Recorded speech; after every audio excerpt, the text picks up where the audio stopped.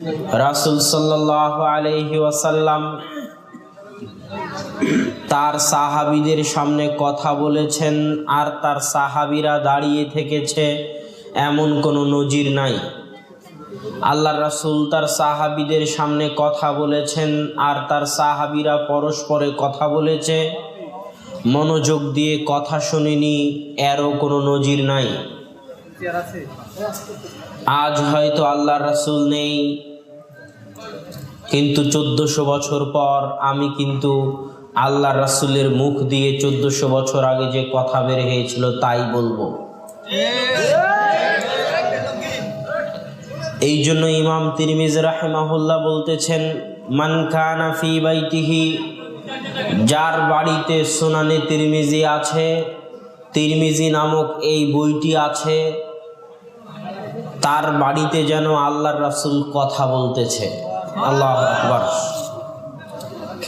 কেননা বুখারী, মুসলিম, তিরমিজি এগুলোতে তো আল্লাহর রাসূলের কথাই আছে, জাস্ট ব্যক্তি পরিবর্তন হয়েছে, আওয়াজ পরিবর্তন হয়েছে, কিন্তু বাক্য এবং শব্দ তারই 1400 বছর আগে যেই মহামানব যেই বাক্য বলে গেছিলেন সেই বাক্যই।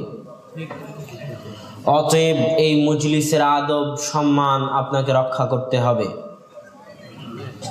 কথা বলা যাবে না, আওয়াজ করা যাবে না, দাঁড়িয়ে থাকা যাবে না, বসে থেকে বক্তব্য শুনতে হবে। যারা কোরআন এবং হাদিসের সম্মেলনের মজলিসের আদব রক্ষা করা জানে না, তারা এখনো কোরআন এবং হাদিস শোনার যোগ্য হয়নি। ইলম হাসিল করার আগে আদব শিখতে হয়, শিষ্টাচার শিখতে হয়। উস্তাদের নিকটে এসে যদি বেয়াদবি করে তাহলে সে এখনো ইলম শেখার যোগ্য হয়নি। এই জন্য ইলম শিখতে হলে সবার আগে শিষ্টাচার শিখতে হবে, সবার আগে আদব শিখতে হবে। কারো যদি কথা বলার খুব প্রয়োজন হয়, দাঁড়িয়ে থাকার খুব প্রয়োজন হয়, তাহলে এখানে থাকার প্রয়োজন নাই, সে চলে গেলেই পারে এখান থেকে।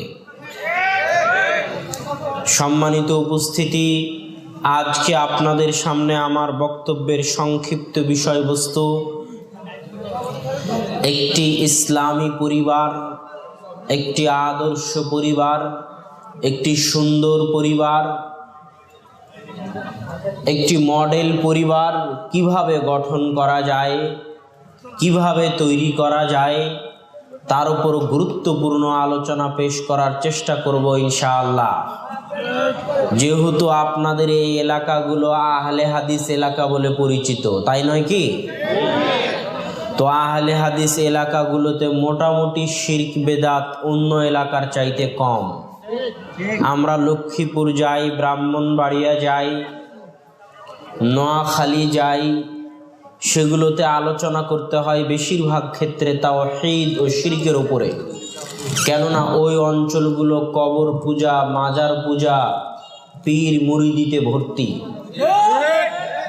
আজকের শাহ মখদুমের মাজার যদি সিলেটে থাকতো তো আমার ধারণা শাহজালালের মাজারের চাইতে বড় মাজার বলে পরিণত হতো।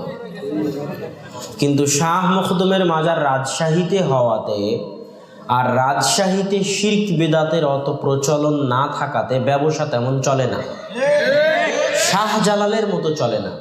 কিন্তু ব্যক্তি শাহ মখদুম রাহিমাহুল্লাহ কিন্তু শাহজালালের মতোই বিখ্যাত। তো এই জন্য আমি যখনই আহলে হাদিস এলাকাগুলোতে কথা বলার সুযোগ পাই তখন যেটার প্রয়োজন সেটা বলার চেষ্টা করি। আকীদা তো অনেক ঠিক হয়েছে মাশাআল্লাহ, সালাত বুকের উপর হাত বেঁধে পড়তে হবে, রাফুল আদাইন করতে হবে, সেটা তো জানেন মাশাআল্লাহ, কিন্তু একজন মানুষের সাথে কিভাবে ব্যবহার করতে হবে তা তো জানেন না। মুসলিম ভাইয়ের সাথে কিভাবে ব্যবহার হবে তা কি জানেন? মুআমালাহ, ইবাদত তো ঠিক হলো, কিন্তু ইবাদতের চাইতেও গুরুত্বপূর্ণ মুআমালাহ। মুআমালা মানে মানুষের বৈষয়িক জীবন। কিয়ামতের মাঠে যদি আপনি সালাত আদায় না করে থাকেন আর আল্লাহর কাছে যদি তওবা করেন তো আল্লাহ ক্ষমা করে দিতে পারে। আপনি যদি সিয়াম পালন না করেন, আল্লাহর নিকটে ক্ষমা চান তো আল্লাহ ক্ষমা করে দিতে পারে। এগুলো হলো ইবাদত।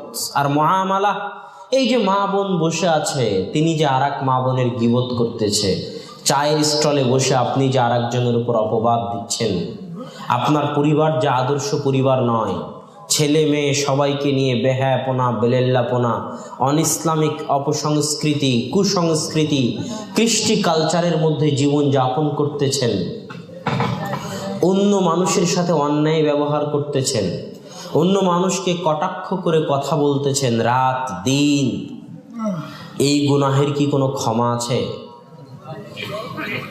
এটাকে মানুষ অনেক হালকা মনে করে, অথচ এটাই সবচেয়ে কঠিন। কিয়ামতের মাঠে যেমন বাংলাদেশের মুদ্রার নাম হচ্ছে টাকা, সৌদি আরবের মুদ্রার নাম কি? রিয়াল। ভারতের মুদ্রার নাম? কিয়ামতের মাঠে একটা মুদ্রা চলবে, তার নাম কি? নেকি আর গুনাহ। কিয়ামতের মাঠে যা কিছু আদান প্রদান হবে সব কি দিয়ে হবে? নেকি আর গুনাহ দিয়ে। দুনিয়ার মাঠে সালাত আদায় না করে থাকলে আল্লাহর কাছে মাপ পাওয়া যেতে পারে, কিন্তু যদি আর একজনের হক মেরে খান তো আল্লাহ কি মাফ করবেন? তখন কিয়ামতের মাঠে নেকি আর গুনাহের আদান প্রদান হবে। যার যতটুকু হক মেরে খেয়েছেন তাকে হয় ততটুকু নেকি দিয়ে দিতে হবে, অথবা যদি আপনার কোনো নেকি না থাকে দেওয়ার মতো তাহলে তার গুনাহ নিয়ে নিতে হবে। তবুও মাফ পাওয়ার কোনো উপায় নাই যতক্ষণ না দুনিয়াতে সে আপনাকে মাফ করে দেয়। তাহলে এটা কত ভয়াবহ! অথচ আমাদের সমাজ এই জিনিসে সবচেয়ে পিছিয়ে। এই জন্য আজকের বক্তব্যের বিষয় ঠিক করেছি আদর্শ পরিবার, যা আপনাদের জন্য জরুরি। পরিবার কেন এত গুরুত্বপূর্ণ?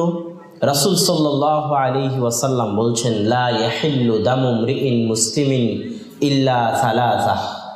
মুসলমানের রক্ত হারাম, মুসলমানের ধন সম্পদ হারাম, মুসলমানের মান সম্মান হারাম।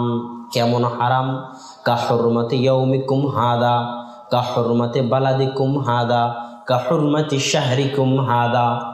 আজকের এই শহর মক্কা শহরের যেমন মর্যাদা, আজকের এই মাস জিলহজ মাসের যেমন মর্যাদা, আজকের এই দিনের যেমন মর্যাদা, এই কাবা ঘরের যেমন মর্যাদা, একজন মুসলমানের রক্ত, একজন মুসলমানের ধন সম্পদ, একজন মুসলমানের মান সম্মানের তেমন মর্যাদা। রাসূল সাল্লাল্লাহু আলাইহি ওয়াসাল্লাম বলছেন, লাহাদামুল কাবাহ, কাবা ঘর ভেঙে দেওয়া, আহওয়ানু ইনদাল্লাহ, আল্লাহর নিকটে অনেক হালকা একজন মুসলমানকে হত্যা করার চাইতে। বুঝাতে পারিনি আমি, আবার বলি।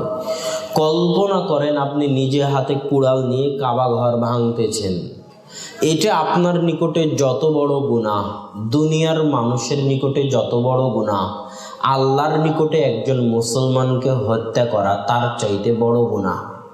আল্লাহু আকবার। বাংলাদেশের মানুষ মনে করে যে একাই যদি রাতের অন্ধকারে বাড়ি থেকে বের করে নিয়ে গিয়ে হত্যা করে দিই ছুরি দিয়ে, গুলি করে, তাহলে হয়তো কিয়ামতের মাঠে বিচার হতে পারে। কিন্তু চারঘাট বাজারে ধর ধর, চোর ধর, ডাকাত ধর বলে 15-20 জন মিলে থাপ্পড়, লাঠি, চর দিয়ে যে একজনকে হত্যা করি, তাহলে সেটার মনে হয় কোনো বিচার হবে না। সবাই যখন মারছে আমিও মেরে নিলাম, তার আবার কি বিচার হবে? এরকম ধ্যান ধারণা মানুষের মাথায় কাজ করে না? করে। এটাই রাসূল সাল্লাল্লাহু আলাইহি ওয়াসাল্লাম বলছে, লাউ আন্না আহলাস সামাই ওয়া আহলাল আরদি ইশতারাকু ফি দামি মুমিনিন ওয়াহিদিন লাকাব্বাহুমুল্লাহু জামিআন ফিন্নার।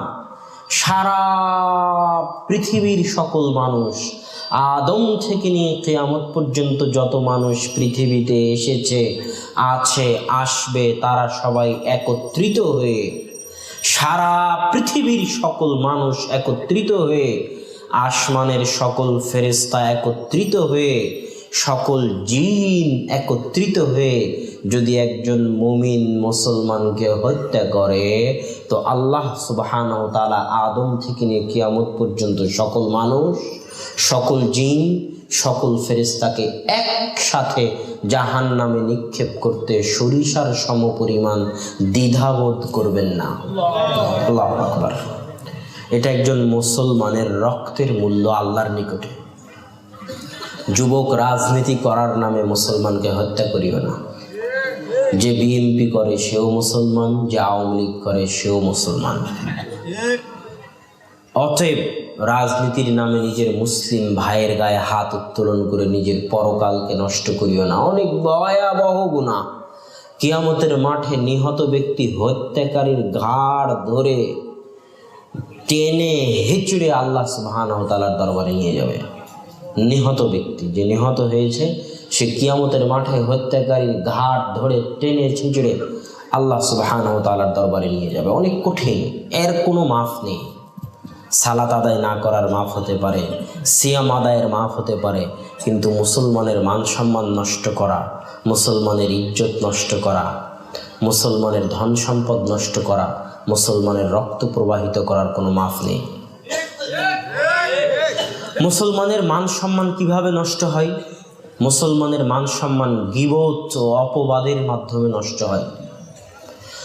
রাসূল সাল্লাল্লাহু আলাইহি ওয়াসাল্লাম বলছে, মান সাতারা, কেউ যদি গোপন রাখে, ঢেকে রাখে। সাতারা মানে পর্দা দিয়ে ঢেকে দেওয়া। কেউ যদি পর্দা দিয়ে ঢেকে দেয় কোনো মুসলমানের খারাপ কাজ, কোনো মুসলমানের গুনাহের কাজ, তো আল্লাহ কিয়ামতের মাঠে তার গুনাহকেও ঢেকে দিবেন। এটা হলো মুসলমানের সম্মানকে রক্ষা করা, মুসলমানের ইজ্জতকে রক্ষা করা। এই যে আজকের পেপার পত্রিকাগুলোতে ধর্ষণের কাহিনী, ইভটিজিংয়ের কাহিনী পেপার পত্রিকা ভর্তি। যদি ইসলামী শাসন ক্ষমতা থাকতো তো একটা ধর্ষণের নিউজও পত্রিকায় দেওয়ার কারো অধিকার থাকতো না। কেন? ইসলাম কোনো সময় চায় না যে পাপ প্রকাশ্যে আসুক। পাপের গল্প, পাপের কথা, পাপের জিকির, পাপের আলোচনা প্রকাশ্যে হোক। ইসলাম চায় পাপ যদি হয়ও তো যত পারো তাকে ঢেকে রাখো। কেন? যখন পাপের চর্চা বেশি হয়ে যাবে, পত্রিকায় যখন প্রতিদিন ধর্ষণের কাহিনী, তখন যুবক মনে করবে সবাই তো ধর্ষণ করে, আমি করলে কি সমস্যা? কথা মনে হয় বুঝাতে পারিনি। এই জন্য ইসলাম চায় পাপ যদি হয়ও তো সবাই মিলে পাপকে কি করো? ঢেকে রাখো। মানুষ নিজে পাপ করার পরে একটা জিনিস ভুল করে, সেটা হচ্ছে পাপের গল্প আরেকজনের কাছে করে। এটা অনেক বড় ভুল। নিজে পাপ করেছেন, গোপনে করেছেন, আল্লাহর কাছে গোপনে মাপ চান, কারো কাছে বলিয়েন না, কিয়ামতের মাঠে আল্লাহও গোপন করে দিবেন। আর নিজের পাপের গল্প আরেকজনের কাছে করেন, অথবা আরেকজনের পাপের গল্প আরেকজনের কাছে করেন, আল্লাহ সুবহানাহু ওয়া তাআলা আপনার পাপকে তখন আর গোপন রাখবেন না, তখন আপনার ধর পাকড়াও হবে অনেক কঠিন। এটা হলো মুসলমানের ইজ্জতের হেফাজত করা, মুসলমানের সম্মানের হেফাজত করা। এই হাদিস বলে কি বুঝাতে চাইলাম? এই হাদিস বলে বোঝাতে চাচ্ছি যে আল্লাহর রাসূল বলতেছেন 3 শ্রেণীর মুসলমানকে হত্যা করা যায়। বাকি সব মুসলমানের রক্ত হারাম, ইজ্জত হারাম, মান সম্মান হারাম, টাকা পয়সা হারাম। 3 শ্রেণীর মুসলমান কে কে? 1, যে আরেকজন মুসলমানকে অন্যায়ভাবে হত্যা করেছে, কিসাসের কারণে তাকেও হত্যা করা যাবে। 2, আস-সাইয়্যিবুজ জানি, যে বিবাহিত অবস্থায় জিনা করেছে। 3, মুফারিকুল জামাআহ, যে জামাত ত্যাগ করেছে। এটা আহলে হাদিস এলাকা, এই জন্য জামাত ত্যাগ করার কিছু কথা এখানে বলতেই হয়। পৃথিবীতে যত দল আছে, সেটা তাবলিগ জামাত হোক, জামাতে ইসলাম হোক, আরও যত দল হোক, তাদের একটা বই দেখবেন, জামাতবদ্ধ জীবনযাপন। তাবলিগ জামাতেরও মাওলানা সাদ কান্ধলভির অধীনে যারা জীবনযাপন করে তাদেরও দেখবেন এরকম বই আছে। এই বইগুলোতে জামাতবদ্ধ জীবনযাপনের এই বইগুলোতে জামাতবদ্ধ জীবনযাপন বলতে বোঝানো হয়েছে নির্দিষ্ট কোনো দলের সাথে থাকা, নির্দিষ্ট কোনো সংগঠনের সাথে জীবনযাপন করা, তার নাম হচ্ছে জামাতবদ্ধ জীবনযাপন করা। তাহলে আল্লাহর রাসূল যে বলল মুফারিকুল জামাআহ, যে জামাত ছেড়ে দিবে তাকে হত্যা করা যাবে। তাহলে আজ আমি তাবলিগ জামাত করলাম, কাল তাবলিগ জামাত ছেড়ে দিলাম, তো আমাকে কি হত্যা করা যাবে? আমার প্রশ্ন বুঝতে পারিনি মনে হয়। আমি আজ জামাত ইসলাম করতাম, কাল জামাত ইসলাম ছেড়ে দিলাম, তো আমাকে কি হত্যা করা যাবে? আল্লাহর রাসূল তো বলতেছে মুফারিকুল জামাআহ, যে জামাত ছেড়ে দিবে তাকে হত্যা করা যাবে। তাহলে জামাত মানে কি? জামাত হচ্ছে এদেশের মাটিতে, পাক ভারত বাংলাদেশের মাটিতে জামাতবদ্ধ জীবনযাপনের হাদিস হচ্ছে সবচেয়ে মাজলুম, সবচেয়ে অত্যাচারিত, সবচেয়ে নির্যাতিত হাদিস। রাসূল সাল্লাল্লাহু আলাইহি ওয়াসাল্লাম বলছেন, আমুরুকুম বিখামসিন, তোমাদেরকে 5টা জিনিসের নির্দেশ দিচ্ছি, তার মধ্যে একটা হচ্ছে বিল জামাআহ, জামাতবদ্ধ জীবনযাপন করবে। জেনে রাখো, মান খারাজা আনিল জামাআতি কিলা শিবরিন, কেউ যদি জামাত থেকে 1 বিঘত পরিমাণ বের হয়ে যায়, ফাকাদ খালা, তাহলে তার কাঁধ থেকে ইসলাম খুলে পড়ে যাবে। কত কঠিন হাদিস, যে আল্লাহ রাসূল নির্দেশ দিচ্ছে তোমরা জামাতবদ্ধ জীবন যাপন করো, আর যদি জামাত থেকে 1 বিঘত পরিমাণও দূরে চলে যাও, তাহলে তুমি কি থেকে বের হয়ে যাবে? ইসলাম থেকে বের হয়ে যাবে। তাহলে আজ আমি তাবলিগ জামাত করলাম, কাল ছেড়ে দিলাম, তো কি ইসলাম থেকে বের হয়ে গেলাম? তাহলে জামাতবদ্ধ জীবনযাপন মানে কি? জামাতবদ্ধ জীবনযাপনের 2টা অর্থ মনে রাখবেন। জামাতবদ্ধ জীবনযাপনের 2টা অর্থ। 1, আবু বকর রাদিয়াল্লাহু তাআলা আনহুর যুগে যখন মানুষ যাকাত দিতে অস্বীকার করলো, তখন আবু বকর রাদিয়াল্লাহু তাআলা আনহু বললেন, ওয়াল্লাহি লাউ কাতিলান্নাহুম, যারা যাকাত দিবে না আমি আবু বকর তাদের বিরুদ্ধে যুদ্ধ করব।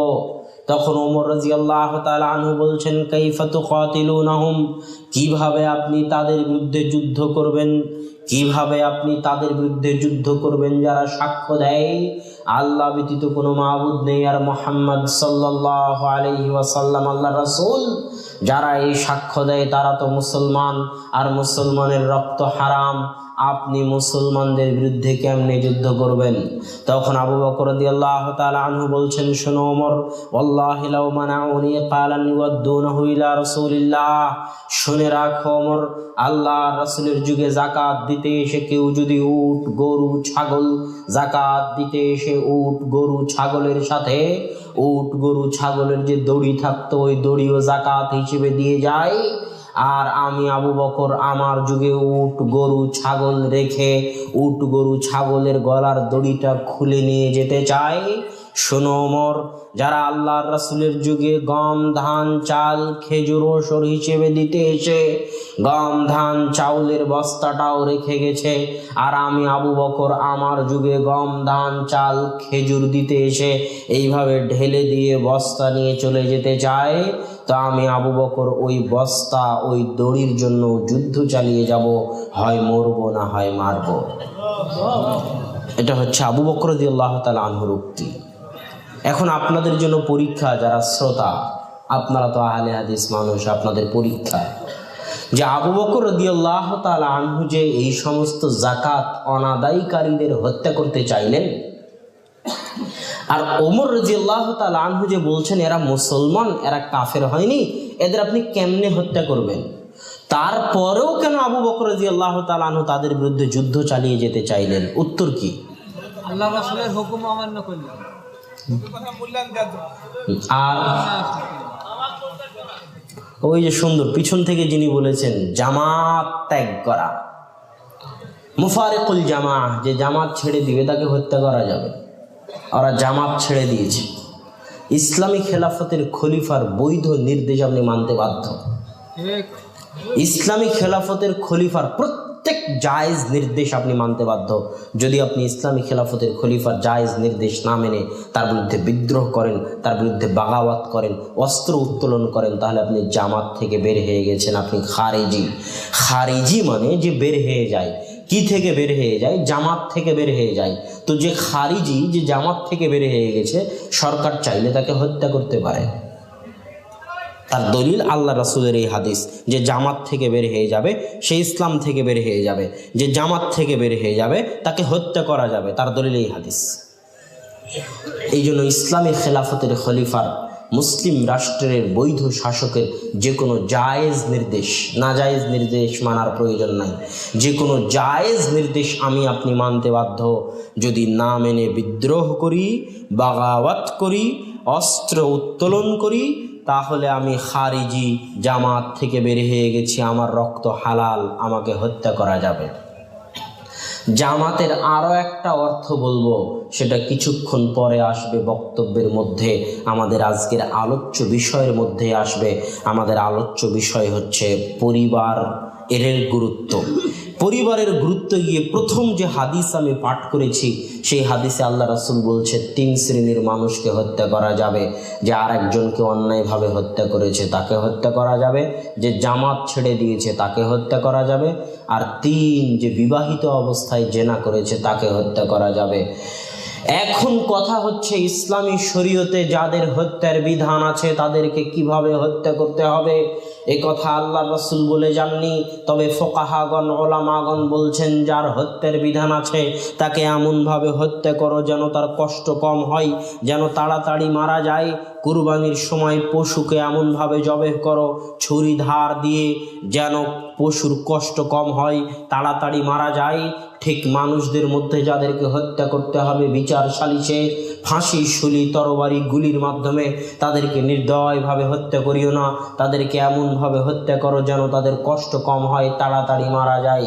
কিন্তু আশ্চর্যজনক হলেও সত্য, বিবাহিত অবস্থায় যে জেনা করবে তার শাস্তি কেমন হবে, তাকে কিভাবে হত্যা করতে হবে, এটা আল্লাহ রাসূল বাস্তবে পালন করে দেখিয়ে গেছেন।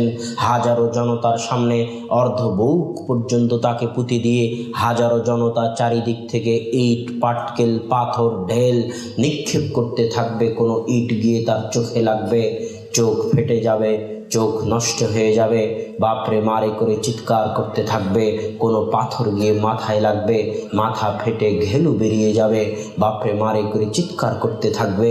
কোনো পাথর গিয়ে দাঁতে লাগবে, দাঁত ভেঙে রক্ত বেরিয়ে আসবে, বাপরে মারে করে চিৎকার করতে থাকবে। এই দৃশ্য হাজার হাজার মানুষ দেখবে, আর হাজার হাজার মানুষ নির্দয়ভাবে তাকে এইভাবে ইট, পাথর, পাটকেল দিয়ে হত্যা করবে। এত নির্দয়, এত নিষ্ঠুর শাস্তি, এত করুণ শাস্তি স্বয়ং রাসূল সাল্লাল্লাহু আলাইহি ওয়াসাল্লাম অন্য কোনো অপরাধীর জন্য ঠিক করেননি, একমাত্র যে বিবাহিত অবস্থায় জেনা করবে তার জন্য ঠিক করেছেন। কেন জানেন? কেননা অন্য একজন মানুষকে হত্যা করলে পরিবার ধ্বংস হয় না, জামাত থেকে বের হয়ে গেলে পরিবার ধ্বংস হয় না, কিন্তু বিবাহিত অবস্থায় জেনা করলে পরিবার ধ্বংস হয়ে যায়। কথা মনে হয় বুঝাতে পারলাম না। যে বিবাহিত অবস্থায় জেনা করবে তাকে কেন এত করুণভাবে হত্যা করতে হবে? কেন? কেননা তার এই বিবাহিত অবস্থায় জেনার কারণে পরিবার নষ্ট হয়ে যায়। এটাই হলো ইসলামে পরিবারের গুরুত্ব। আজকে জর্দান যান, জর্দানে দেখবেন একটা সাগর আছে, সেই সাগরের নাম ডেড সি, মৃত সাগর। ওই সাগরের পানি এতই লবণাক্ত যে মানুষ সেখানে ডুবে না। ওই সাগরে একদল অধিবাসী বসবাস করত, যাদের নিকটে আল্লাহ লূত আলাইহিস সালাতু ওয়াস সালামকে পাঠিয়েছিলেন। ওই অধিবাসীরা এত জঘন্য নিকৃষ্ট যৌনাচারে লিপ্ত থাকত, যেই জঘন্য নিকৃষ্ট যৌনাচারের কারণে পারিবারিক প্রথা হুমকির মুখে পড়ে গিয়েছিল। আল্লাহ তাদেরকে হেদায়েতের জন্য লূত আলাইহিস সালাতু ওয়াস সালামকে পাঠালেন। তারা হেদায়েত না হওয়ায় পারিবারিক প্রথাকে বাঁচানোর জন্য, পরিবারকে বাঁচানোর জন্য আল্লাহ ওই শহরটাকে এইভাবে উল্টিয়ে দিলেন। শহর এরকম ছিল, শহরকে আল্লাহ এইভাবে উল্টিয়ে দিলেন। শহরের এই উল্টা পিঠে এখন সাগর আছে, যেটাকে বলা হয় ডেড সি, মৃত সাগর, যেখানকার পানির লবণাক্ততার কারণে মানুষ সেখানে ডুবে না। এত কঠিন ও ভয়াবহ শাস্তি আল্লাহ কেন দিলেন? কেননা তাদের যে যৌনাচারে তারা লিপ্ত ছিল তা ছিল পারিবারিক প্রথার জন্য হুমকি। আমি আমার আলোচনার সারমর্ম করতে গিয়ে বলি, পরিবার আছে তো ইসলাম আছে, পরিবার আছে তো দুনিয়া আছে, পরিবার নাই ইসলামও নাই, পরিবার নাই দুনিয়াও নাই। যেই দিন পরিবার থাকবে না ওই দিন আল্লাহ এই পৃথিবী রাখবেন না। আদম আলাইহিস সালাতু ওয়াস সালাম থেকে নিয়ে আজ পর্যন্ত এই পৃথিবীকে আল্লাহ পরিবার দিয়ে আবাদ করে এসেছেন। হাজার হাজার বছর ধরে আল্লাহ পরিবার দিয়ে পৃথিবী আবাদ করতেছেন। আল্লাহর রাসূল বলেছেন, একদিন আসবে যখন গাধা যেমন গাধীর সাথে মিলিত হয়, কুকুর যেমন কুকুরনির সাথে মিলিত হয়, লজ্জা বুঝে না, মানুষ তেমন, নারী তেমন পুরুষের সাথে মিলিত হবে প্রকাশ্যে, খোলা মাঠে লজ্জা বুঝবে না। সেই দিন পরিবার থাকবে না, পরিবার টিকবে না। সেই দিন হবে ঈসা এবং ইমাম মাহদির 7 বছরের ন্যায়পরায়ণ শাসনের পরে, যখন আল্লাহ মৃদু বাতাস দিয়ে মুমিন বান্দাদের উঠিয়ে নেবেন আর দুনিয়াতে ফাসিক, ফাজের, পাপিষ্ট, ঘৃণ্য, নিকৃষ্ট মানুষ ছাড়া কোনো মানুষ বাঁচবে না। সেই দিন এই ঘটনা ঘটবে। কেননা তখন আল্লাহ সুবহানাহু তাআলা যখন দেখবেন মানুষ প্রকাশ্যে যৌনাচারে লিপ্ত হচ্ছে, পরিবার ধ্বংস হয়ে যাচ্ছে, তখন আল্লাহ পৃথিবীকে আর রাখবেন না, কিয়ামত করে দিবেন। আজকেও আছে, আজকেও মানুষ প্রকাশ্যে যৌনাচারে লিপ্ত হয়, কিন্তু ব্যাপকভাবে নয়। আজকেও 2-1টা পরিবার বেঁচে আছে, 5-10টা পরিবার বেঁচে আছে মুসলমান দেশগুলোতে। এই পরিবারগুলোর কারণে আল্লাহ এখনো পৃথিবীটাকে টিকিয়ে রেখেছে। এই পরিবারগুলো যেই দিন শেষ হয়ে যাবে, জেনা যেই দিন ঘরে ঘরে ছড়িয়ে পড়বে, জারজ সন্তানে যেই দিন পৃথিবী ভর্তি হয়ে যাবে, যেই দিন পরিবার বলে কিছু থাকবে না, সেই দিন আল্লাহ পৃথিবীকেও আর রাখবেন না। একজন মেয়ের যখন স্বামী মারা যায়, একজন মেয়ের যখন স্বামী মারা যায় বা যখন তার স্বামী তাকে তালাক দেয়, তখন সেই মেয়ে চাইলেই পরের দিন আরেকজন পুরুষকে বিবাহ করতে পারবে না। এটা ইসলামে নিষিদ্ধ। তাকে কি করতে হবে? আগে ইদ্যত পালন করতে হবে। শুধু তাই নয়, মেয়ে যদি নিজেও তালাক দেয়, খোলা তালাক, তবুও মেয়ে তালাক দিলেও পরের দিন বিবাহ করতে পারবে না, ইদ্যত পালন করতে হবে। এটার কারণ একটাই, তার পেটে পূর্ববর্তী স্বামী থেকে কোনো সন্তান আছে কিনা এটা পরীক্ষা করার জন্য। ইদ্যত পালন করলে স্পষ্ট হয়ে যাবে পূর্ববর্তী স্বামীর কোনো সন্তান তার পেটে আছে কিনা। যদি পরের দিনে বিয়ে করে, তাহলে পিতার পরিচয় নিয়ে সন্দেহ তৈরি হবে, আর পিতার পরিচয় নিয়ে সন্দেহ তৈরি হলে পরিবার নষ্ট হয়ে যাবে, পারিবারিক প্রথার থাকবে না। ইসলামের প্রত্যেক অঙ্গনে গেলে দেখবেন ইসলাম পরিবারকে সবার উপরে রেখেছে। কেননা পরিবার না থাকলে ইসলাম থাকবে না, এটা আল্লাহও জানেন, মুহাম্মদ সাল্লাল্লাহু আলাইহি ওয়াসাল্লামও জানেন। আর পরিবার না থাকলে আল্লাহ পৃথিবীও রাখবেন না, এটা আল্লাহর নিয়ম, এটা মুহাম্মদ সাল্লাল্লাহু আলাইহি ওয়াসাল্লামও জানেন। পরিবার ভেঙে দেওয়া এত সহজ নয় যে আপনি এক বৈঠকের আগের মাথায় আপনার স্ত্রীকে 3 তালাক দিয়ে পরিবারকে শেষ করে দিবেন, স্ত্রী থেকে বিচ্ছিন্ন হয়ে যাবেন। তালাক যদি দিতেই চান, তাহলে কমসে কম 3 মাস সময় নিতে হবে। প্রথম মাস চিন্তা ভাবনা করে যদি তালাক দিতে চান, তাহলে ঋতু থেকে পবিত্র হলে 1 তালাক দিবেন, তারপর আবার চিন্তা ভাবনা করেন তালাক দিবেন কিনা। কতদিন চিন্তা ভাবনা করবেন সেটা আপনার ব্যাপার। চিন্তা ভাবনা করার পর যদি সিদ্ধান্ত নেন তালাক দিবেন, তাহলে 2য় মাসে চিন্তা ভাবনা করে ঋতু থেকে পবিত্র হলে 2য় তালাক দিবেন। তারপরে আবার চিন্তা ভাবনা করেন তালাক দিবেন কিনা। যদি সিদ্ধান্ত নেন তালাক দিবেন, তাহলে 3য় মাসে চিন্তা ভাবনা করে ঋতু থেকে পবিত্র হলে তখন 3য় তালাক দিবেন। কমসে কম যে কোনো মূল্যে অন্তত পক্ষে 3 মাসের কমে তালাক দেওয়ার কোনো সুযোগ নেই। এটা পরিবারের গুরুত্ব। পরিবার এত ঠুনকো নয়, এত হালকা নয় যে এক কথাতেই 1 সেকেন্ডে আপনি পারিবারিক সম্পর্ক থেকে নিজেকে আলাদা করে নেবেন। সম্মানিত উপস্থিতি, এই দীর্ঘ আলোচনা করার পর, পরিবারের গুরুত্ব বোঝানোর পর, এবার একটি আদর্শ পরিবার কিভাবে গড়ে তোলা যায় তার দিকে আগাই। আদর্শ পরিবারের প্রথম পদক্ষেপ হচ্ছে বিবাহ। বিবাহে 2টে জিনিস যদি থাকে, তাহলে আদর্শ পরিবার গড়ে তোলা সহজ হবে। আর যদি 2টে জিনিস না থাকে, তাহলে আদর্শ পরিবার গড়ে তোলা কঠিন হবে। 1, বিবাহ হতে হবে অবৈধ সম্পর্ক মুক্ত। যুবক তোমাকে বলতেছি, যুবক ভাইয়েরা যারা এখানে উপস্থিত আছো তাদেরকে বলতেছি, রাসূল সাল্লাল্লাহু আলাইহি ওয়াসাল্লাম বলেছেন, তুনকাহুল মারআতু লিআরবাঈন, নারী মহিলাকে বিবাহ করা হয় 4টি জিনিস দেখে, লিমালিহা ওয়ালি জামালিহা ওয়ালি হাসাবিহা ওয়ালি দীনিহা। মানুষ নারীকে বিবাহ করে তার বংশমর্যাদা, তার টাকা পয়সা, তার ধন দৌলত, তার সৌন্দর্যতা, তার দিনদারিতা দেখে। তবে আমি মুহাম্মদ বলে যাচ্ছি, যুবক তুমি যখন বিয়ে করতে যাবে তখন মেয়ের মধ্যে যদি টাকা পয়সা না থাকে, মেয়ের বাপের যদি টাকা পয়সা না থাকে, মেয়ের বাপের যদি বংশমর্যাদা না থাকে, মেয়ের যদি সৌন্দর্য না থাকে চলবে, তবে অবশ্যই যেন মেয়ের দিনদারিতা থাকে। কেননা একটা পরিবারের সবচেয়ে গুরুত্বপূর্ণ অংশ, সবচেয়ে গুরুত্বপূর্ণ কাঠামো, সবচেয়ে গুরুত্বপূর্ণ ভিত্তি, সবচেয়ে গুরুত্বপূর্ণ পিলার, সবচেয়ে গুরুত্বপূর্ণ স্তম্ভ হচ্ছে একজন পরহেজগার তাকওয়াবান দিনদার নারী। একজন তাকওয়াবান পরহেজগার দিনদার মায়ের মূল্য, একজন তাকওয়াবান পরহেজগার দিনদার নারীর মূল্য আল্লাহর নিকটে এত বেশি, আল্লাহর নিকটে এত বেশি, আল্লাহর নিকটে এত বেশি যে রাসূল সাল্লাল্লাহু আলাইহি ওয়াসাল্লাম বলছেন, ইন্নাদ দুনিয়া কুল্লুহা মাতা, আসমান জমিন এবং তার মাঝে যা কিছু আছে সবই সম্পদ। ওয়া খায়রু মাতাইহা আল মারআ সালিহা, আর সবচেয়ে দামি সম্পদ, সবচেয়ে মূল্যবান সম্পদ, সবচেয়ে দামি ও মহামূল্যবান সম্পদ হচ্ছে আল মারআ সালিহা, একজন তাকওয়াবান পরহেজগার সতী দিনদার নারী হচ্ছে আসমান জমিন এবং তার মধ্যে সবচেয়ে দামি, সবচেয়ে মূল্যবান। তাদের দাম, তাদের মূল্য বুঝার জন্য আপনাকে একটা ঘটনা বলি। সারা আলাইহিস সালাতু ওয়াস সালাম, যিনি ইব্রাহিম আলাইহিস সালাতু ওয়াস সালামের স্ত্রী ছিলেন, ফিলিস্তিন থেকে দুর্ভিক্ষের কারণে খাদ্য সংগ্রহের উদ্দেশ্যে মিশর যাচ্ছিলেন। পথিমধ্যে জালেম বাদশাহ সারা আলাইহিস সালাতু ওয়াস সালামের সৌন্দর্যতায় মুগ্ধ হয়ে তার সাথে খারাপ কাজের জন্য এগিয়ে যায়। তখন সারা সালাতে দাঁড়িয়ে যান। কিসে দাঁড়িয়ে যান? বিপদে পড়লে কি করতে হয়? বিপদে পড়লে সালাতে দাঁড়িয়ে যেতে হয়।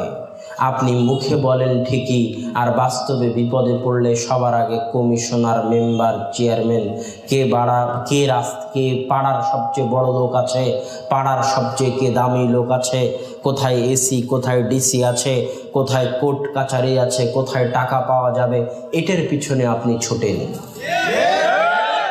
মুখে তো বললেন সালাতে দাঁড়াতে হবে, আপনাকে বলি যখনই আপনি বিপদে পড়বেন, পৃথিবীর যে বিপদ হোক না কেন, মানুষের জীবনে বিপদ আপদ আসে না? আসে না? সবার জীবনে বিপদ আপদ এসেছে, আরও আসবে, এটা পৃথিবীর নিয়ম। আমাদের জীবনেও আসে, এসেছে, আসবে, এটাই পৃথিবীর নিয়ম। আল্লাহ বিপদ আপদ থেকে হেফাজত করুন, আল্লাহুম্মা আমিন। তবে বিপদ আপদ যদি আসে তো সবার আগে পৃথিবীর কোনো মানুষ, কোনো চেয়ারম্যান, মেম্বার, এমপি, মন্ত্রী, ওসি, ডিসি, পুলিশ, যা কিছু থাকুক না কেন, পৃথিবীর কোনো মানুষকে কল করার দরকার নাই, পৃথিবীর কোনো মানুষকে ডাকার দরকার নাই। সবার আগে আপনি যে বিপদে পড়েছেন এটা আল্লাহকে জানান। ইন্নাল্লাহা আলা কুল্লি শাইইন কাদির, আল্লাহ সব কিছুর উপর ক্ষমতাবান। আমি আমার আম্মাকে দেখেছি বহুদিন, যখনই কোনো বিপদের সংবাদ আসতো, যেমন কথার কথা ছোট বোনকে হয়তো খুঁজে পাওয়া যাচ্ছে না, পিচ্চি কোথায় যে খেলতে গেছে, হারিয়ে গেছে হয়তো, এরকম একটা সংবাদ। তো এরকম সংবাদ যখন বাসায় আসে তখন দেখেছি আম্মাকে সবার আগে মানুষ দৌড়ে চলে যাবে খুঁজতে, যে কোথায় আমার ছেলে, কোথায় আমার মেয়ে। আপনার ছেলে অ্যাক্সিডেন্ট করেছে, তাড়াতাড়ি মোবাইল ফেলে দিয়ে আগে মেডিকেলে চলো। জি না, যত বড় অ্যাক্সিডেন্ট হোক, যত বড় অ্যাক্সিডেন্টের সংবাদ আসুক, তাড়াহুড়া করে দৌড়ে মেডিকেলে গিয়ে বাঁচাতে পারবেন, আগে আল্লাহকে জানান। আল্লাহ চাইলে আল্লাহ বাঁচাতে পারবেন। যত বড় দুঃসংবাদ আসুক, স্থির হয়ে তাড়াতাড়ি অজু করে, পৃথিবীর মানুষকে জানানোর দরকার নেই। ডাক্তার কি করতে পারবে? অজু করে সালাত আদায় করে আগে আল্লাহকে বলেন, আল্লাহ বিপদে পড়েছি, তুমি উদ্ধার করিও। এবার ওখান থেকে যখন ঠিক হয়ে যাবে তখন সারা পৃথিবী এমনি ঠিক হয়ে যাবে। অতএব বিপদে পড়লে সবার আগে আল্লাহকে জানাতে হয়। সারা যখন বিপদে পড়লেন তখন সালাতে দাঁড়িয়ে বলছেন, আল্লাহুম্মা ইন কুনতা তাআলাম, হে আল্লাহ আপনি যদি জানেন, আপনি যদি জানেন, আল্লাহ তো জানি, হে আল্লাহ আপনি যদি জানেন আমি সারা, আমার ইজ্জত, আমার তাকওয়া, আমার পরহেজগারিতা, আমার মান সম্মান, আমার লজ্জায় স্থান, আমার স্বামীর আমানতের খেয়ানত আমি কোনো দিন করিনি। আমার স্বামীর আমানতের হেফাজত করেছি, লজ্জায় স্থানের হেফাজত করেছি, মান সম্মান ইজ্জতের হেফাজত করেছি।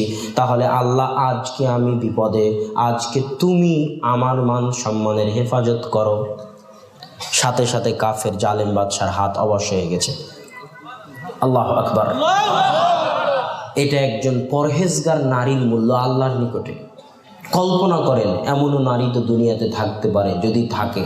আমি মাঝে মাঝে ভাবি, যখন সারা আলাইহা সালাতু ওয়াসসালামের কথা পড়ি, যখন খাদিজা আলাইহি সালাতু ওয়াসসালামের কথা পড়ি রাদিয়াল্লাহু তাআলা আনহা, তখন এটা ভাবি যেমন কোনো নারী যদি থাকে যে তার মুখ দিয়ে কোনোদিন পর পুরুষের সাথে প্রেমালাপে লিপ্ত হয়নি, তার জিহ্বা দিয়ে কোনোদিন পরপুরুষের সাথে প্রেমালাপে লিপ্ত হয়নি, ওই জিহ্বা দিয়ে সে যদি আল্লাহকে ডাকে, তো আল্লাহ তার ডাক যেমন সারার ডাক সাথে সাথে শুনেছেন, আল্লাহ তার ডাক সাথে সাথে শুনবে।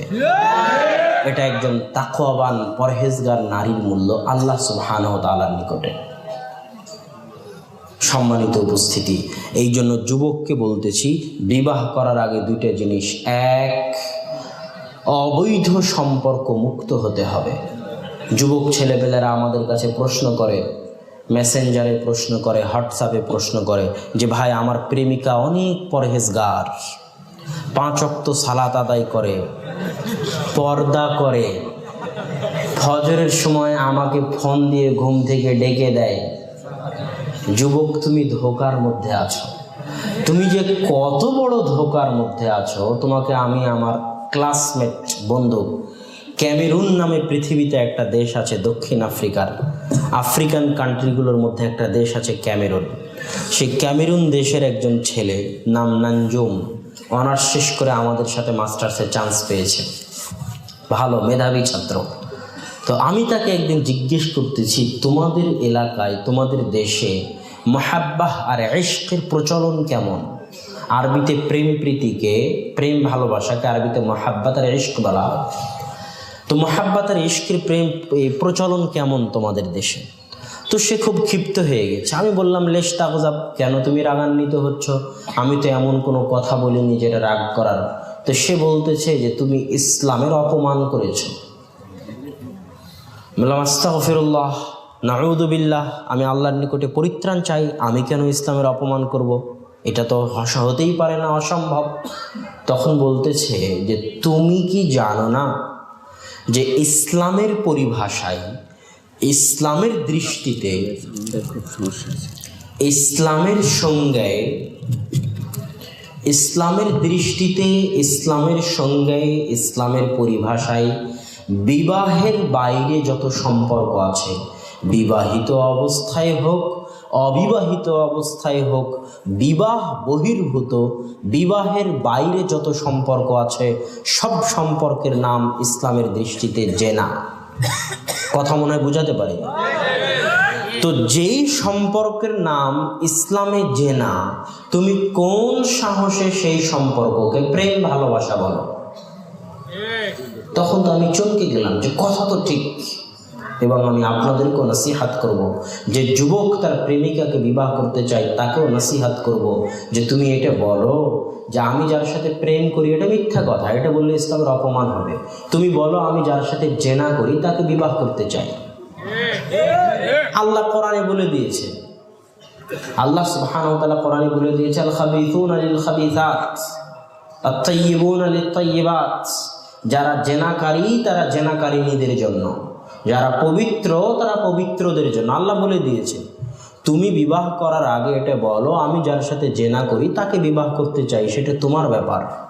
কিন্তু তুমি এই ধোকায় থাকিও না যে প্রেম করে, প্রেম বললে তো অপমান হবে, জেনা করে কেউ তাকওয়া পরহেজগারিতা অর্জন করতে পারে, অসম্ভব, এটা ধোকা।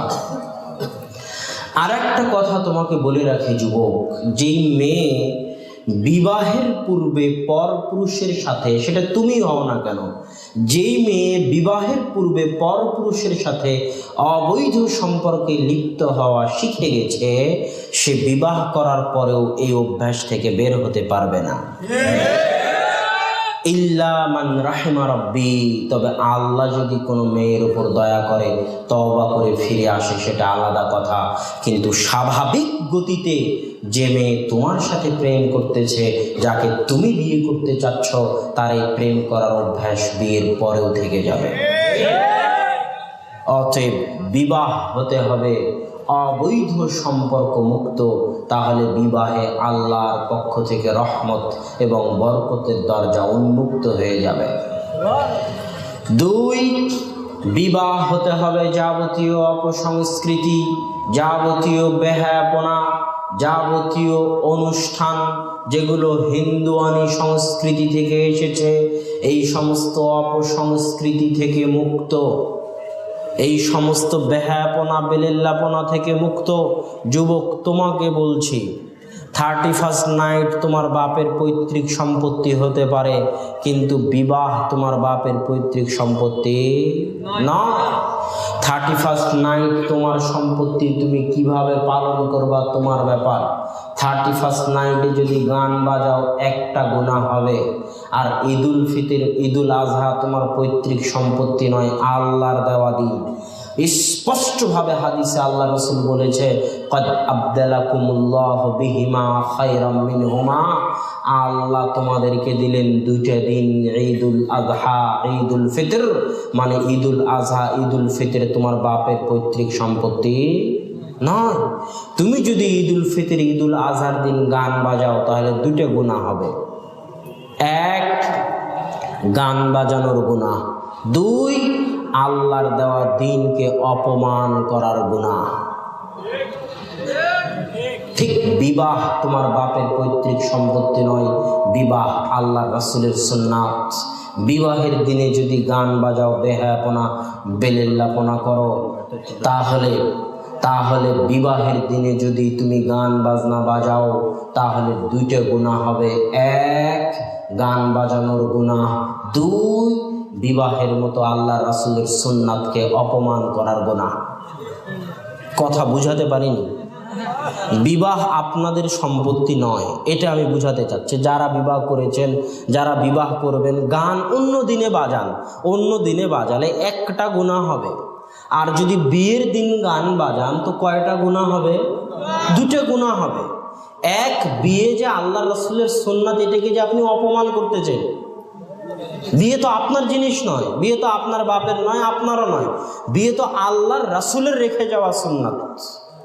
আল্লাহর রাসূলের সুন্নাতের যে আপনি অপমান করতেছেন, ওটার আলাদা গুনাহ হবে। আর বিবাহকে অনুষ্ঠান দিয়ে কঠিন করে দেওয়া হয়েছে। এই অনুষ্ঠান, সেই অনুষ্ঠান, এই অনুষ্ঠান, সেই অনুষ্ঠান, আমি নিজেও জানি না কত অনুষ্ঠান আছে বিবাহকে কেন্দ্র করে। অথচ ইসলামে বিবাহ যত সহজ, সালাত আদায় করাও অত সহজ নয়। সালাত আদায় করতে গেলে দেখা লাগে জামাটা পরিষ্কার আছে কিনা, সালাত আদায় করতে গেলে দেখা লাগে জায়গাটা পবিত্র কিনা, না হলে পবিত্র জায়গা খুঁজতে হয়। সালাত আদায় করতে গেলে দেখা গেলে আমি পবিত্র আছি কিনা, না হলে গোসল করতে হয়, না হলে ওযু করতে হয়। সালাত আদায় করতে গেলে দেখা লাগে কেবলা আছে কিনা, কেবলা ঠিক না থাকলে কেবলা ঠিক করতে হয়। সালাত আদায় করতে গেলে সালাতের পদ্ধতি জানা লাগে। সালাত আদায় করতে গেলে সূরা ফাতিহা, নাস, ফালাক, ইখলাস, কোরআনের আয়াত, দোয়া, দরুদ, সালাম ফেরানোর পূর্বে কি পড়বেন, রুকু সিজদায় কি পড়বেন, রুকু থেকে উঠে কি পড়বেন, 2 সিজদার মাঝে কি পড়বেন, অনেক কিছু মুখস্থ করতে হয়। সালাত অনেক কঠিন ইবাদত, বিবাহ করা অত কঠিন নয়, অনেক অনেক সহজ। যে সমাজে বিবাহ যত কঠিন, ওই সমাজে জেনা তত সহজ। যে সমাজে বিবাহ যত কঠিন, ওই সমাজে জেনা তত সহজ। যে সমাজে বিবাহ যত কঠিন, ওই সমাজে জেনা তত সহজ। তাই সমাজে বিবাহকে সহজ করে দিন। আল্লাহ রাসূলের সামনে একজন মেয়ে এসে বলতেছে, আল্লাহ রাসূল, আমি আপনাকে বিবাহ করতে চাই। আল্লাহ রাসূল মুখটা ঘুরিয়ে নিলেন। মুখটা ঘুরিয়ে নিয়ে পাশে একজন সাহাবী বসেছিল, তাকে বললেন, তুমি কি এই মেয়েকে বিবাহ করতে চাও? সাহাবী বলল, হ্যাঁ আল্লাহর রাসূল, আমি বিবাহ করতে চাই। আল্লাহ রাসূল বলল, তোমার নিকটে মোহরানা দেওয়ার মতো কি আছে? খুঁজে দেখা গেল কিছুই নাই। তখন আল্লাহ রাসূল কোরআনের বিনিময়ে ওই বৈঠকেই তার বিবাহ করিয়ে দিলেন। আল্লাহু আকবার! কত সহজ বিবাহ! আল্লাহ রাসূলের সাহাবী বিবাহ করে এসেছে, আল্লাহ রাসূল জানেই না। আল্লাহ রাসূল বলতেছে, আব্দুর রহমান তোমার গায়ে হলুদ কেন? তো আল্লাহ রাসূল, আমি বিবাহ করেছি। আল্লাহ রাসূল জানেনই না তার সাহাবী বিবাহ করেছেন। বিবাহ এত সহজ, বিবাহ এত সহজ, বিবাহ এত সহজ। আর আমাদের সমাজে বিবাহকে করে দেওয়া হয়েছে অনেক অনেক কঠিন। আমি মাঝে মাঝে আশ্চর্য হই যে মুসলমান সমাজে যখন কোনো নারীর স্বামী মারা যায়, তখন সেই নারী মনে করে যে আমার জন্য এটাই সম্মানের, আমার জন্য এটাই মর্যাদার যে আমি আমার পূর্বের স্বামীর ছেলে মেয়েদের সাথে বাকি জীবন এভাবেই পার করে দেব। এটা আছে না নাই? আছে। এটা কোন সমাজ থেকে এসেছে? হিন্দুয়ানি সমাজ থেকে এসেছে, হিন্দুয়ানি সংস্কৃতি থেকে এসেছে যে বিধবাকে বিবাহ করা যাবে না। বিধবা যদি বিবাহ করে তাহলে মানুষের সমাজ তাকে রিরি করবে, ছিছি করবে। আর বিধবা যদি বাড়িতে বসে থাকে আগের স্বামীর সন্তানদের সাথে তাহলে খুবই ভালো, খুবই পরহেজগার। অথচ রাসূল সাল্লাল্লাহু আলাইহি ওয়াসাল্লাম উম্মে সালামা রাদিয়াল্লাহু তাআলা আনহাকে বিবাহ করেছেন, তিনি ছিলেন বিধবা। আল্লাহ রাসূল খাদিজা রাদিয়াল্লাহু তাআলা আনহাকে বিবাহ করেছেন, তিনি ছিলেন বিধবা। বিধবা বিবাহ যে করা যাবে না, এটা হিন্দুদের সংস্কৃতি। বিবাহ যত কঠিন জেনা তত সহজ, বিবাহ যত কঠিন জেনা তত সহজ। এখন সমাজে আছে সরকারের পক্ষ থেকে বাল্য বিবাহ ঠেকাও, আছে না নাই? আছে। তো সরকারকে বলবো, আপনি যে বাল্য বিবাহ ঠেকাতে চান, তো স্কুল কলেজ বিশ্ববিদ্যালয়ের ঝোপ ঝাড় জঙ্গল পার্কে যারা প্রেম করতেছে ওই বাল্য প্রেম কে ঠেকাবে?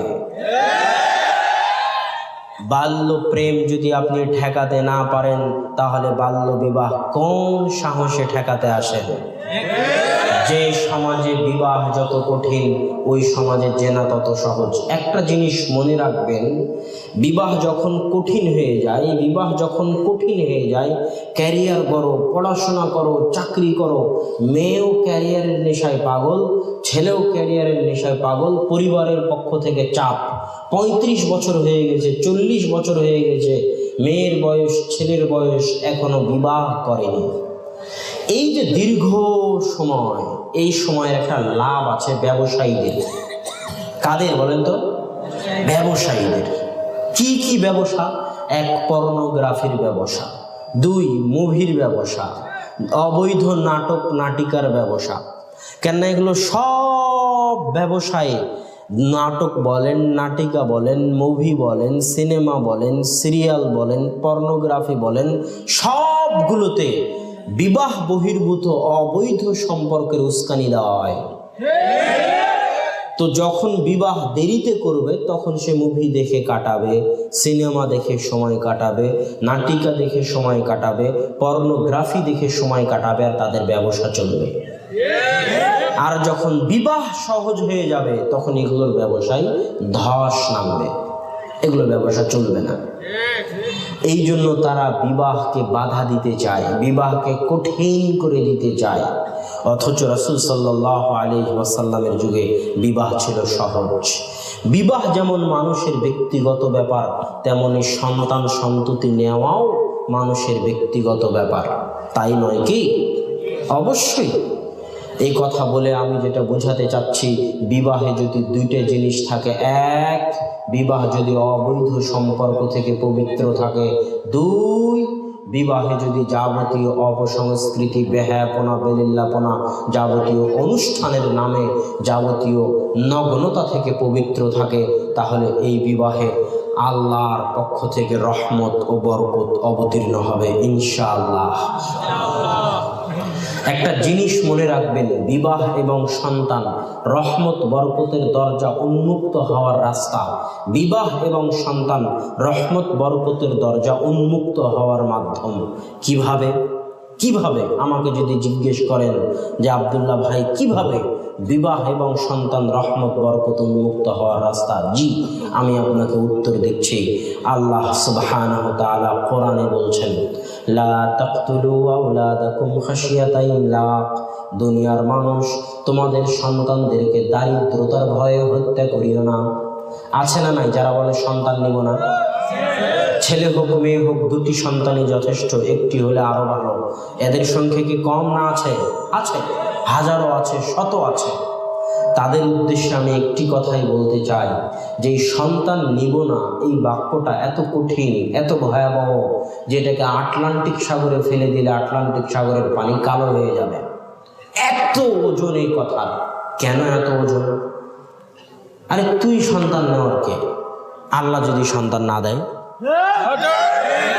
সারা পৃথিবীর সব ডাক্তার, সব ইঞ্জিনিয়ার, সব বিজ্ঞানী, সব চিকিৎসা বিজ্ঞানী যদি একত্রিত হয় আর আপনি যদি আপনার স্ত্রীর সাথে রাত দিন সন্তান নেওয়ার চেষ্টা করতে থাকেন, Mumbai, Delhi, Kuwait, Qatar, Bahrain, Saudi, Dhaka, London, Malaysia, Singapore, সব জায়গায় ডাক্তারের দরজায় দরজায় ভিক্ষা করেন সন্তানের, শাহজালাল, শাহপরান, শাহ মখদুম আজমির শরীফের মাজারে গিয়ে গিয়ে সন্তানের ভিক্ষা করেন, আর আল্লাহ যদি সন্তান না দেয়, পৃথিবীর কোনো শক্তির ক্ষমতা নাই যে আপনার পেটে সন্তান দিতে পারে।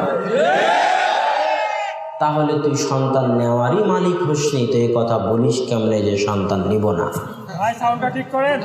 সম্মানিত উপস্থিতি, এই কথা অনেক ভারী। স্বাস্থ্যগত কারণে, সমস্যার কারণে সাময়িক মানুষ সন্তান বন্ধ রাখতে পারে, কিন্তু এই ধরনের বেয়াদবিমূলক কথা থেকে বিরত থাকতে হবে। যেটা বলতে চাচ্ছিলাম, সন্তান এবং বিবাহ মানুষের রহমত বরকতের দরজা উন্মুক্ত করে দেয়। কিভাবে উন্মুক্ত করে দেয়? আল্লাহ সুবহানাহু ওয়া তাআলা কোরআনে বলছেন, মা মিন দাব্বাতিন ফিল আরজি, আসমানের নিচে জমিনের উপরে এমন কোনো পশু, এমন কোনো প্রাণী, এমন কোনো পাখালি, এমন কোনো জীব জন্তু জানোয়ার আসমানের নিচে জমিনের উপরে বিচরণ করে না। পোকা থেকে মাকড় থেকে শুরু করে, জীব জন্তু জানোয়ার থেকে শুরু করে, পাখালি থেকে শুরু করে, মানুষ জিন থেকে শুরু করে এমন কোনো বস্তু পৃথিবীতে বিচরণ করে না, জীব জন্তু বিচরণ করে না যাদের রিজিকের দায়িত্ব আল্লাহ বহন করেন না। আল্লাহু আকবার। আসমানের নিচে জমিনের উপর সব প্রাণীর রিজিকের দায়িত্ব কার উপর? আল্লাহ সুবহানাহু ওয়া তাআলার উপর। কুল্লামা দাখালা আলাইহা যাকারিয়াল মিহরাব ওয়াজাদা ইনদাহা রিজকা, যখনই জাকারিয়া মারিয়ামের নিকটে প্রবেশ করতেন বাইতুল মাকদেসে, তখন তার নিকটে দেখতেন অসময়ের ফল, অসময়ের খেজুর, অসময়ের আম, অসময়ের লিচু। তখন তিনি বলতেন, ইয়া মারিয়াম আন্না লাকি হাদা, মারিয়াম অসময়ের লিচু, অসময়ের ফল কোথায় থেকে আসে? তখন মারিয়াম বলছেন, মিন ইনদিল্লাহ, আল্লাহর পক্ষ থেকে আসে। ইন্নাল্লাহা ইয়ারযুকু মান ইয়াশা বিগাইরি হিসাব, আর জেনে রাখেন আল্লাহ যাকে চান তাকে বেহিসাব রুজি রুটি দিতে পারেন। আল্লাহু আকবার। তাহলে সকলের রুজি রুটির দায়িত্ব আল্লাহর উপরে। পৃথিবী সৃষ্টির 50,000 বছর পূর্বে মানুষের রিজিক লেখা হয়েছে। এখন বিবাহ করলে, সন্তান নিলে রহমত বরকতের দরজা কেমনে উন্মুক্ত হয় আমি আপনাকে বুঝাচ্ছি। আমি যখন একাই ছিলাম তখন আল্লাহ আমার ভাগ্যে যে রিজিক লেখা ছিল ওই রিজিকটা আমার পকেটে দিয়ে দিবেন। তার মানে কি আমি ঘরে বসে থাকলে রিজিক পাবো? হ্যাঁ, ঘরে বসে থাকলে রিজিক পাবো?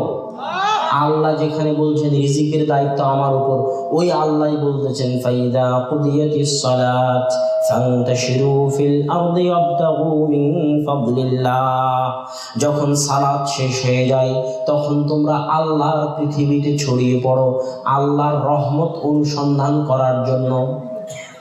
এটা আল্লাহর নির্দেশ। ওই যে রিকশালা বসে আছে চারঘাট বাজারে, আমি তাকে গিয়ে বললাম, চলেন আমি এই গ্রামে আসবো, ঝিকরা গ্রামে যাব। রিকশালা বলে না, আমি অত দূর যাব না। বলে না, বলে না। অথচ আমি হচ্ছি তার জন্য আল্লাহর পক্ষ থেকে পাঠানো রহমত। বুঝাতে পারিনি। আল্লাহ বলল, যখন সালাত শেষ হয়ে যায় তখন পৃথিবীতে ছড়িয়ে পড়ো আমার রহমত অনুসন্ধান করার জন্য। আমি রহমত হিসেবে তোমাকে রুজি রুটি পৃথিবীতে তৈরি রেখেছি, তুমি যা সেটা অনুসন্ধান করো। তার মানে হালাল রুজি আল্লাহর পক্ষ থেকে কি? কথা বলেন না। হালাল রুজি আল্লাহর পক্ষ থেকে কি? রহমত। আপনি ড্রাইভার, আপনাকে আমি ফোন দিয়ে বলতেছি চলেন আমি রংপুর যাব, তার মানে আমি আল্লাহর পক্ষ থেকে আপনার জন্য পাঠানো রহমত। প্রত্যেক হালাল রুজির রাস্তা, প্রত্যেক হালাল রুজির সন্ধান, একটা সরিষার দানা পরিমাণও যদি হালাল রুজি পাওয়ার জায়গা থাকে, হালাল রুজি পাওয়ার ব্যবস্থা থাকে, তো একটা সরিষার দানাও আল্লাহর পক্ষ থেকে রহমত। তাকে অবমূল্যায়ন করা যাবে না, তাকে হাসিল করার চেষ্টা করতে হবে। এইটাই আমি বুঝাতে চাইলাম। তো সম্মানিত উপস্থিতি, তো পৃথিবী সৃষ্টির 50,000 বছর পূর্বে আমার রিজিক লেখা হয়েছে, আমার ভাগ্যে যা লেখা আছে আমি পৃথিবী অনুসন্ধান করে সেই রিজিক পাবো। এবার যখন আর একজনের মেয়েকে বিবাহ করে নিয়ে আসলাম, তো ওই মেয়ের খাওয়া পড়া থাকা সব কিছুর দায়িত্ব আমি গ্রহণ করলাম, তাই নয় কি? তাহলে ওই মেয়ের 50,000, পৃথিবী সৃষ্টির 50,000 বছর পূর্বে ওই মেয়ের ভাগ্যেও তো একটা তাকদীর লেখা আছে। ওই মেয়ে সকালে কি খাবে, দুপুরে কি খাবে, রাত্রে কি খাবে, কোন বাড়িতে থাকবে, তার কেমন টাকা পয়সা হবে, তার স্যান্ডেল, তার জামা কাপড় কেমন হবে, তার সব পৃথিবী সৃষ্টির 50,000 বছর পূর্বে লেখা আছে।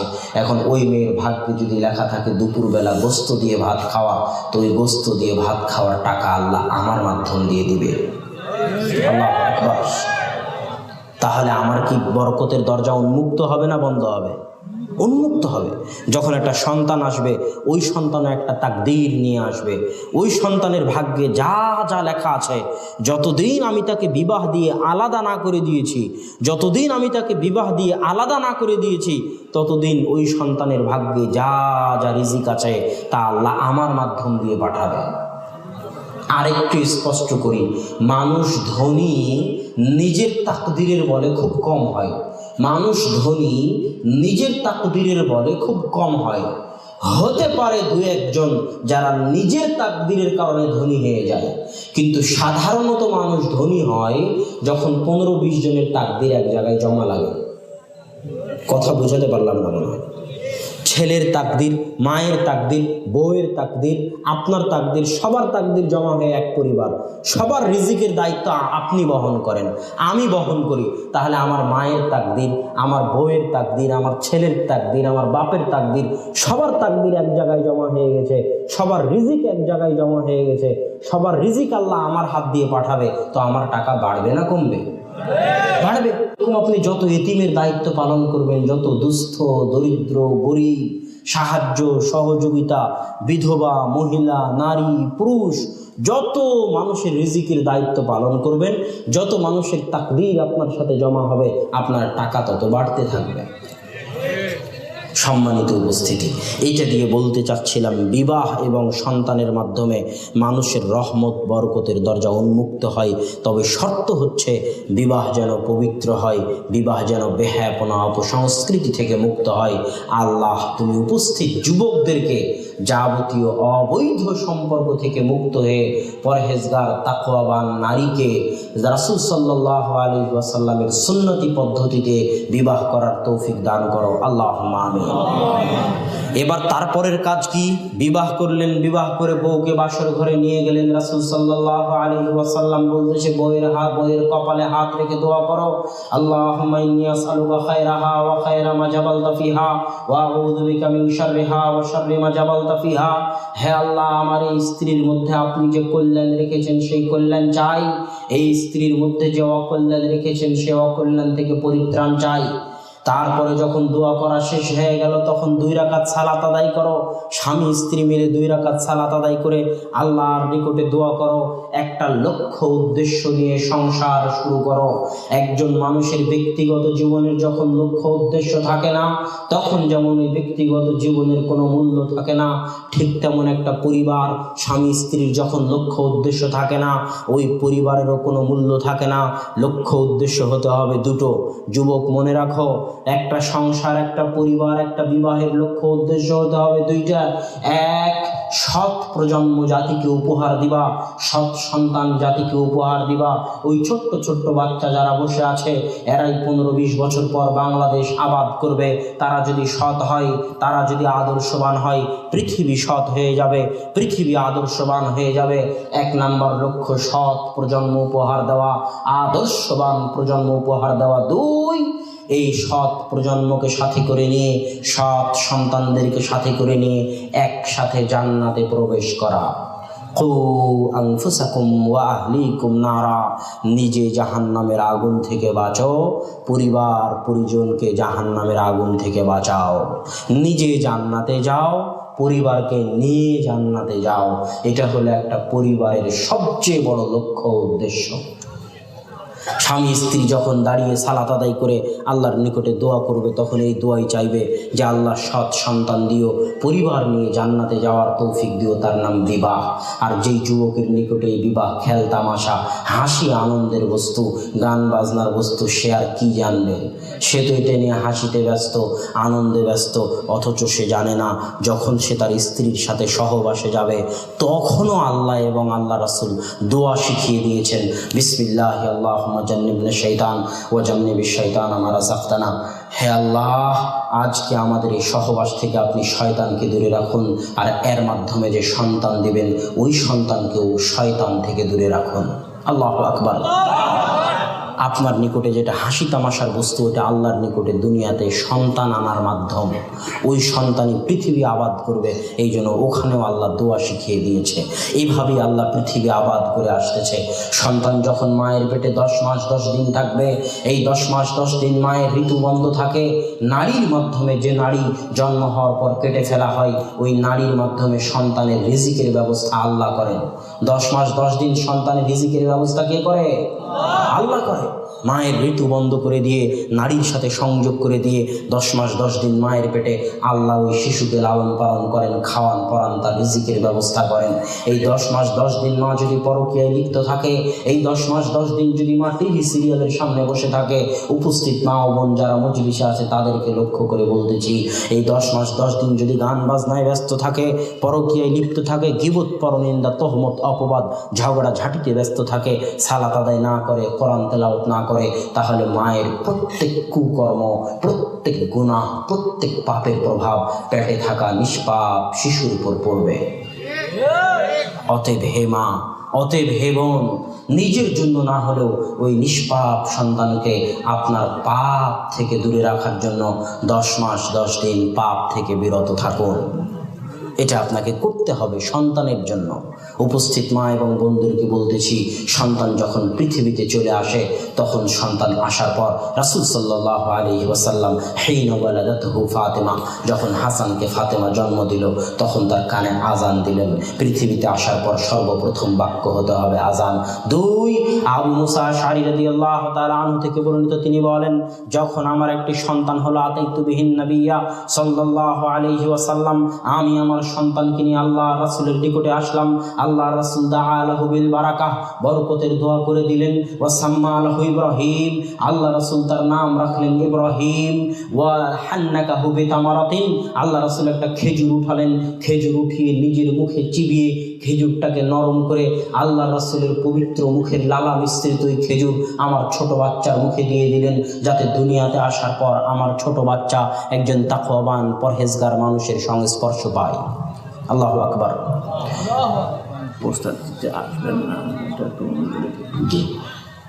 এটার দ্বারা যেটা বোঝা যায় সেটা হচ্ছে সৎ সঙ্গে স্বর্গবাস, অসৎ সঙ্গে সর্বনাশ। যখন আপনি আতরওয়ালার সাথে থাকবেন, তখন আতরওয়ালা থেকে আতর না পেলেও আতরের গন্ধ পাবেন। যখন কামারের নিকটে থাকবেন, তখন কামারের কালো না হয়ে গেলেও ছিটকে আসা ফুলকি দিয়ে আপনার জামা কাপড় পুড়ে যেতে পারে। তাই পৃথিবীতে সন্তান আসার পরে 2টা কাজ আজান দিতে হবে, সৎ মানুষের সংস্পর্শে নিয়ে যেতে হবে। 7 দিনের দিন 3-3টে কাজ, 7 দিনের দিন 3-3টে কাজ। 1, রাসূল সাল্লাল্লাহু আলাইহি ওয়াসাল্লাম বলতেছেন, আল ওয়ালাদু মুরতাহানুম বিআকিকাতিহি, সন্তানকে বন্ধক রাখা আছে, সন্তানকে বন্ধক রাখা আছে, সন্তানকে বন্ধক রাখা আছে আকিকার সাথে। আমাকে 10,000 টাকা দেন, মোবাইলটা বন্ধক রাখেন, মোবাইল বন্ধক আছে, ঠিক সন্তান বন্ধক আছে আকিকার সাথে। আকিকা দাও, সন্তানকে বন্ধক মুক্ত করো, আকিকা দাও, সন্তানকে বন্ধক মুক্ত করো। এটা পিতার জন্য প্রথম জরুরি কাজ 7 দিনের দিন। দ্বিতীয় জরুরি কাজ আহসিনু আসমা আওলাদিকুম, সন্তানের সুন্দর নাম রাখো। সুন্দর নাম কেন রাখতে হবে? ইসলামে কুলক্ষণ শিরিক, কিন্তু ইসলামে সুলক্ষণ জায়েজ। কুলক্ষণ শিরিক, সুলক্ষণ জায়েজ। কুলক্ষণ শিরিক, সুলক্ষণ জায়েজ। হাত থেকে প্লেট পড়ে গেল, মেহমান আসবে, রাস্তা বিড়াল অতিক্রম করলো, বিপদ হতে পারে, আজকের দিনটা হয়তো ভালো যাবে না, সকালবেলা কোনো দুর্ঘটনার কারণে। এটা হচ্ছে কুলক্ষণ। কুলক্ষণ ইসলামে শিরিক, কিন্তু সুলক্ষণ ইসলামে জায়েজ। সুলক্ষণ ইসলামে জায়েজ। সুলক্ষণকে আরবিতে বলা হয় তাফাউল। যখন আব্দুল মুত্তালিবের পৌত্র জন্ম নিল, তখন আব্দুল মুত্তালিব তার পৌত্রের নাম রাখলো মোহাম্মদ। কেন? মোহাম্মদ নামের অর্থ যার প্রশংসা করা হয়। সে সুলক্ষণ গ্রহণ করলো, যাতে আমার এই পৌত্রের পৃথিবীতে প্রশংসা হয়। আল্লাহ তার সুলক্ষণকে এমনভাবে কবুল করে নিলেন যে আজ সারা পৃথিবীতে সবচেয়ে প্রশংসিত ব্যক্তি হচ্ছে মুহাম্মদ সাল্লাল্লাহু আলাইহি ওয়াসাল্লাম, যার নামের অর্থ প্রশংসিত, যার প্রশংসা করা হয়।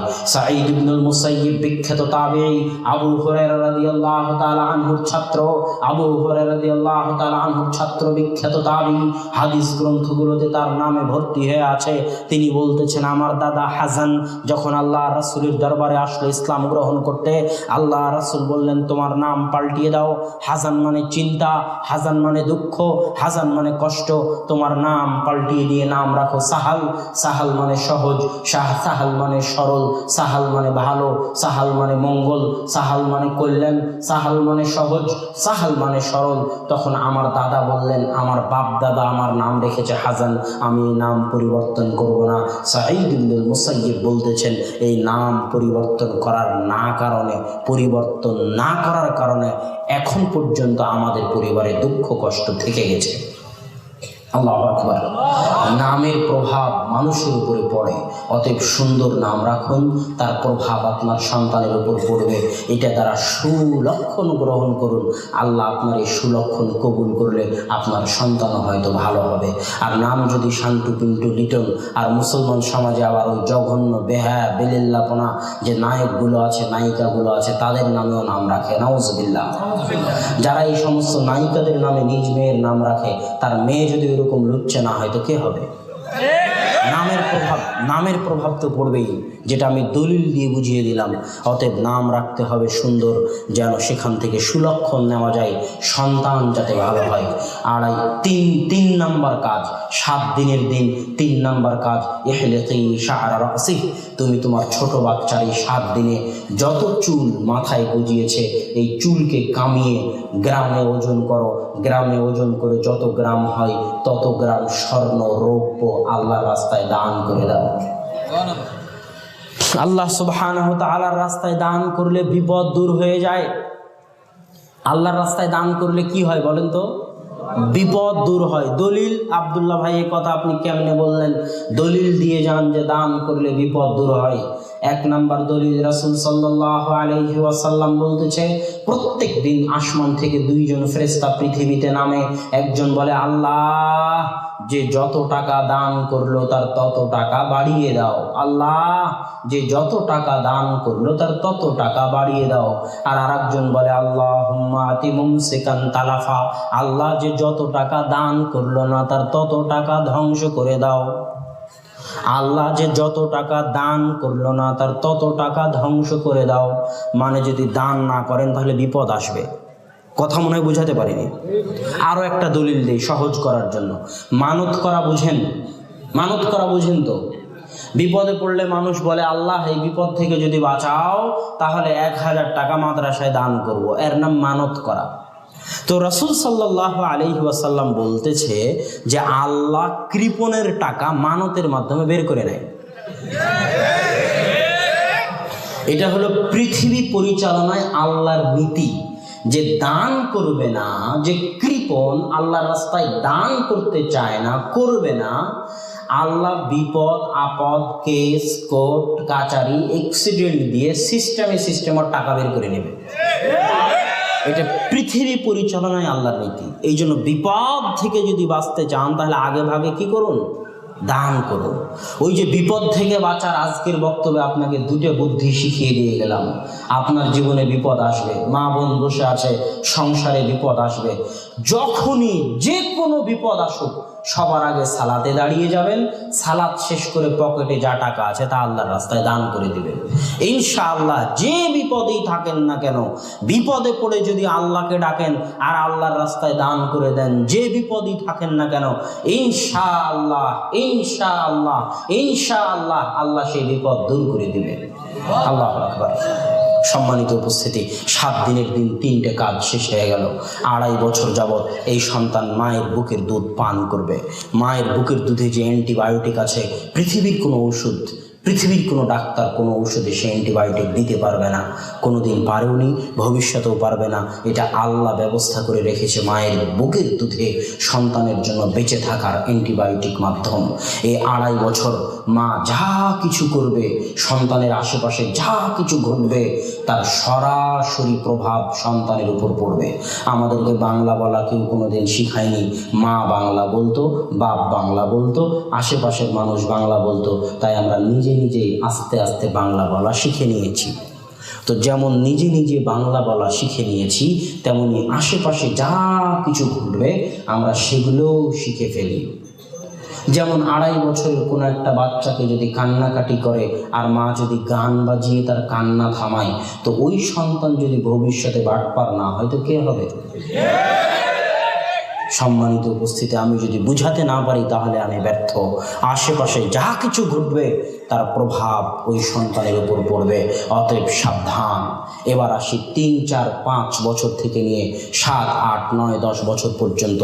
এই দীর্ঘ সময়টা হচ্ছে মূল সময়। এখন কাদামাটি আছে, আস্তে আস্তে কাদামাটিটা শুকিয়ে কাঠ হয়ে যাবে।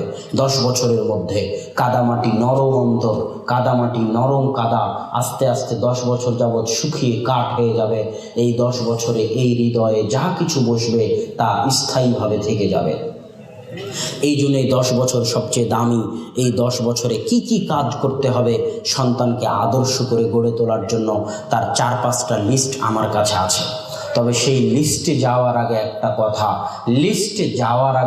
কথা, যে এই দায়িত্বগুলো পালন কে করবে? আমি যে 4-5টা কাজ দিব সন্তানকে আদর্শ করার জন্য, এই কাজগুলো কে পালন করবে? পিতা আর মাতা, তাই নয় কি? তো মাতা আছে গার্মেন্টসে, পিতা আছে বিদেশে। এটা হচ্ছে বাংলাদেশের বর্তমান সমাজ। মা আছে গার্মেন্টসে, স্কুল কলেজ বিশ্ববিদ্যালয় ভার্সিটি চাকরি বাকরি ক্লাস, সকাল 8টা থেকে নিয়ে 5টা পর্যন্ত মা ব্যস্ত। আর পিতা আছে বিদেশে, পিতার অনুপস্থিতি। তাহলে এই দায়িত্ব কে পালন করবে? সামান্য কয়টা টাকার জন্য মানুষ তার সংসারকে বিক্রি করে দিয়েছে। সামান্য কয়টা টাকার জন্য মানুষ তার সংসারের শান্তিকে বিক্রি করে দিয়েছে। সম্মানিত উপস্থিতি, এই যে বিদেশ থেকে 4-5টা টাকা কামাবেন, মা বাইরে গিয়ে কাজ করে 4-5টা টাকা কামাবে, এই টাকার কোনো বরকত নাই। সারা বাংলাদেশের 18 কোটি নারী পুরুষের 9 কোটি নারী পুরুষ যদি রাস্তায় বের হয়ে কাজ করে 24 ঘন্টা, তাহলে 9 কোটি নারী 24 ঘন্টা কাজ করে জাতির জানা উপকার করতে পারবে। একজন মেয়ে যদি ঘরে বসে একজন সালাহুদ্দিন আইয়ুবী দিয়ে যেতে পারে, একজন ইমাম বুখারী দিয়ে যেতে পারে, একজন ওমর ইবনুল খাত্তাব দিয়ে যেতে পারে, তাহলে 9 কোটি নারী রাস্তায় বের হয়ে কাজ করে জাতির জানা উপকার করতে পারবে। একজন সন্তান, আদর্শ সন্তান, সৎ সন্তান জাতির তার চেয়ে 1000 গুণ বেশি উপকার করতে পারবে। এই ছোট্ট জিনিসটা আমাদের মা এবং বোনেরা বুঝে না। আপনাকে যদি জিজ্ঞেস করা হয় আপনার মেয়ে কি করে, তাহলে আপনার বলতে খারাপ লাগে যে আমার মেয়ে বাড়িতে বসে থাকে। আজীব কথা, মিথ্যা কথা, ডাহা মিথ্যা কথা। আপনার স্ত্রী নাকি বাড়িতে বসে থাকে, ডাহা মিথ্যা কথা। বলতে নাকি কেমন কেমন লাগে যে আমার স্ত্রী না টিচার, না মাস্টার, না গার্মেন্টসে কাজ করে, না স্কুলে যায়, না কলেজে যায়, না অফিসে যায়। আমার মেয়ে না পুলিশ, না আর্মি, না অফিসার। বলতে নাকি কেমন কেমন লাগে। মেয়ে নাকি বসে থাকে, বউ নাকি বসে থাকে। ডাহা মিথ্যা কথা, ডাহা মিথ্যা কথা। আসমানের নিচে জমিনের উপরে পারমাণবিক বম বানানো যত কঠিন, আসমানের নিচে জমিনের উপরে মঙ্গল চন্দ্র গ্রহে যাওয়া যত কঠিন, তার চেয়ে কঠিন চাকরি আপনার স্ত্রীকে দেওয়া আছে আল্লাহর পক্ষ থেকে। তার চেয়ে কঠিন চাকরি মা এবং বোনদেরকে দেওয়া আছে আল্লাহর পক্ষ থেকে। ওটা হচ্ছে ছোট্ট সন্তানকে সৎ মানুষ রূপে গড়ে তোলা। আর এই যে সামান্য 5-10টা টাকা, এটার নাম উন্নতি নয়। বাংলাদেশ সরকার মনে করতেছে বিদেশ থেকে রেমিটেন্স আসতেছে, সেটা মনে হয় উন্নতি। গার্মেন্টস চলতেছে, সেটা মনে হয় উন্নতি। পদ্মা সেতু বানাচ্ছে, সেটা মনে হয় উন্নতি। এদেরকে আরো 10 বছর পড়তে হবে যে উন্নতি কাকে বলে এটা জানার জন্য। আরো 10 বছর পড়তে হবে উন্নতি কাকে বলে এটা জানার জন্য। আজকে যে গার্মেন্টস চলতেছে সেগুলোতে কি তৈরি হয়? প্যান্ট, শার্ট, কাপড় চোপড়, গেঞ্জি, তাই তৈরি হয়। কোথায় যায়? ইউরোপে যায়, আমেরিকায় যায়। যে ইউরোপ, যে আমেরিকা পারমাণবিক বম বানাতে পারে, তারা একটা প্যান্ট শার্ট বানাতে পারে না? প্রশ্ন মনে হয় বুঝতে পারেনি। যে ইউরোপ, যে আমেরিকা পারমাণবিক বম বানাতে পারে, তারা প্যান্ট শার্ট বানাতে পারে না? আর বাংলাদেশ কবে দর্জি হয়ে, খলিফা হয়ে উন্নত হয়ে গেল? উন্নতির নাম হচ্ছে জ্ঞান, গবেষণা, শিক্ষায় উন্নতি। আজকে পদ্মা সেতু, রাস্তাঘাট, এগুলোর নাম উন্নতি নয়। ওই পদ্মা সেতুতে যান, যে ইঞ্জিনিয়ার পদ্মা সেতু ডিজাইন করেছে সে কোরিয়া থেকে আনা, চীন থেকে আনা। আর মাথায় ইট পাথর পাটকেল নিয়ে যে লেবারি করতেছে, ওটা চারঘাটের বাংলাদেশি। তাহলে কি এর নাম উন্নতি? এর নাম উন্নতি নয়। বিশ্ববিদ্যালয়গুলোতে এখন মূর্খদের বিদ্যালয় হয়ে গেছে। এখানে তো পড়াশোনা হয় না, জ্ঞান গবেষণা হয় না। মারামারি, মিছিল, মিটিং, কাটাকাটি, হরতাল, খুন, ধর্ষণ, রাহাজানি, বিপিএল এর জুয়া, আইপিএল এর জুয়া, নেশা, মাদকতা, ইয়াবাই, সমাজ ভর্তি। এই যুব সমাজ, এই ছাত্র সমাজ তো জাতির জন্য বোঝা। এই যুব সমাজ, এই ছাত্র সমাজকে তুলে ডাস্টবিনে ফেলে দিতে হবে। আল্লাহর কসম, এই যুব সমাজ, এই ছাত্র সমাজ ডাস্টবিনে ফেলে দেওয়ার যোগ্য। যুবক, তোমাকে লক্ষ্য করে বলতেছি, তুমি যে বিপিএল এর জুয়ায় মত্ত আছো, আইপিএল এর জুয়ায় মত্ত আছো, মাদকতা, ইয়াবার নেশায় মত্ত আছো, একদিন ইসরায়েল গিয়ে ঘুরে আসো। ইহুদিদের দেশ। ইসরায়েলে কোনোদিন আইপিএল হয় কিনা দেখিও তো। ইসরায়েলে কোনোদিন বিপিএল হয় কিনা দেখিও তো। ওরা তোমার চাইতে বুদ্ধিমান, তোমাকে বোকা, গর্ধব, গাধা বানিয়ে রেখেছে। খেলাধুলা, গান বাজনা, নারী, পর্নোগ্রাফি, মদ, জুয়া ইত্যাদিতে তোমাকে ব্যস্ত রেখেছে।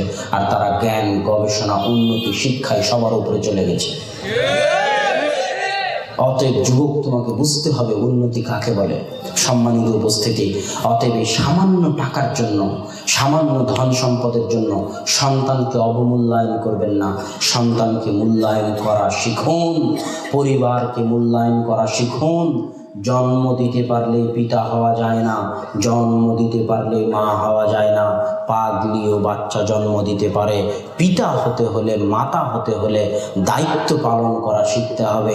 পান্তা ভাত খেয়ে হলেও দায়িত্ব পালন করতে হবে। এবার পিতা এবং মাতাদের উদ্দেশ্যে যে কয়েকটা দায়িত্ব, 4-5টা দায়িত্ব বলে যাই। 1, সন্তানকে যদি সৎ ও আদর্শ করতে চান, তাহলে সন্তানের সম্পর্ক তৈরি করে দিন মসজিদের সাথে। কিসের সাথে? মসজিদের সাথে। মসজিদের সাথে সম্পর্ক ছাড়া আদর্শ পরিবার গঠন সম্ভব নয়। দলিল, আল্লাহ সুবহানাহু ওয়া তাআলা কোরআনে বলতেছেন, ওয়াতাহির বাইতিয়া লিত-তাইফিনা ওয়াল কাইমিন লিত-তাইফিনা ওয়াল কাইমিনা ওয়ার রুকআইস সুজুদ। আল্লাহ সুবহানাহু ওয়া তাআলা কোরআনে ইব্রাহিমকে ডেকে বলতেছেন, ইব্রাহিম হচ্ছে আবুল আম্বিয়া, নবীদের পিতা। আল্লাহ নবুয়তকে এইভাবে ধরে ইব্রাহিমের বংশের মধ্যে সীমাবদ্ধ করে দিয়েছেন। ইব্রাহিমের পরে কিয়ামত পর্যন্ত, মুহাম্মদ সাল্লাল্লাহু আলাইহি ওয়াসাল্লাম পর্যন্ত যত নবী এসেছে, সব নবী ইব্রাহিম আলাইহিস সালাতু ওয়াস সালামের বংশধর। আল্লাহু আকবার। এই জন্য ইব্রাহিমকে বলা হয় আবুল আম্বিয়া।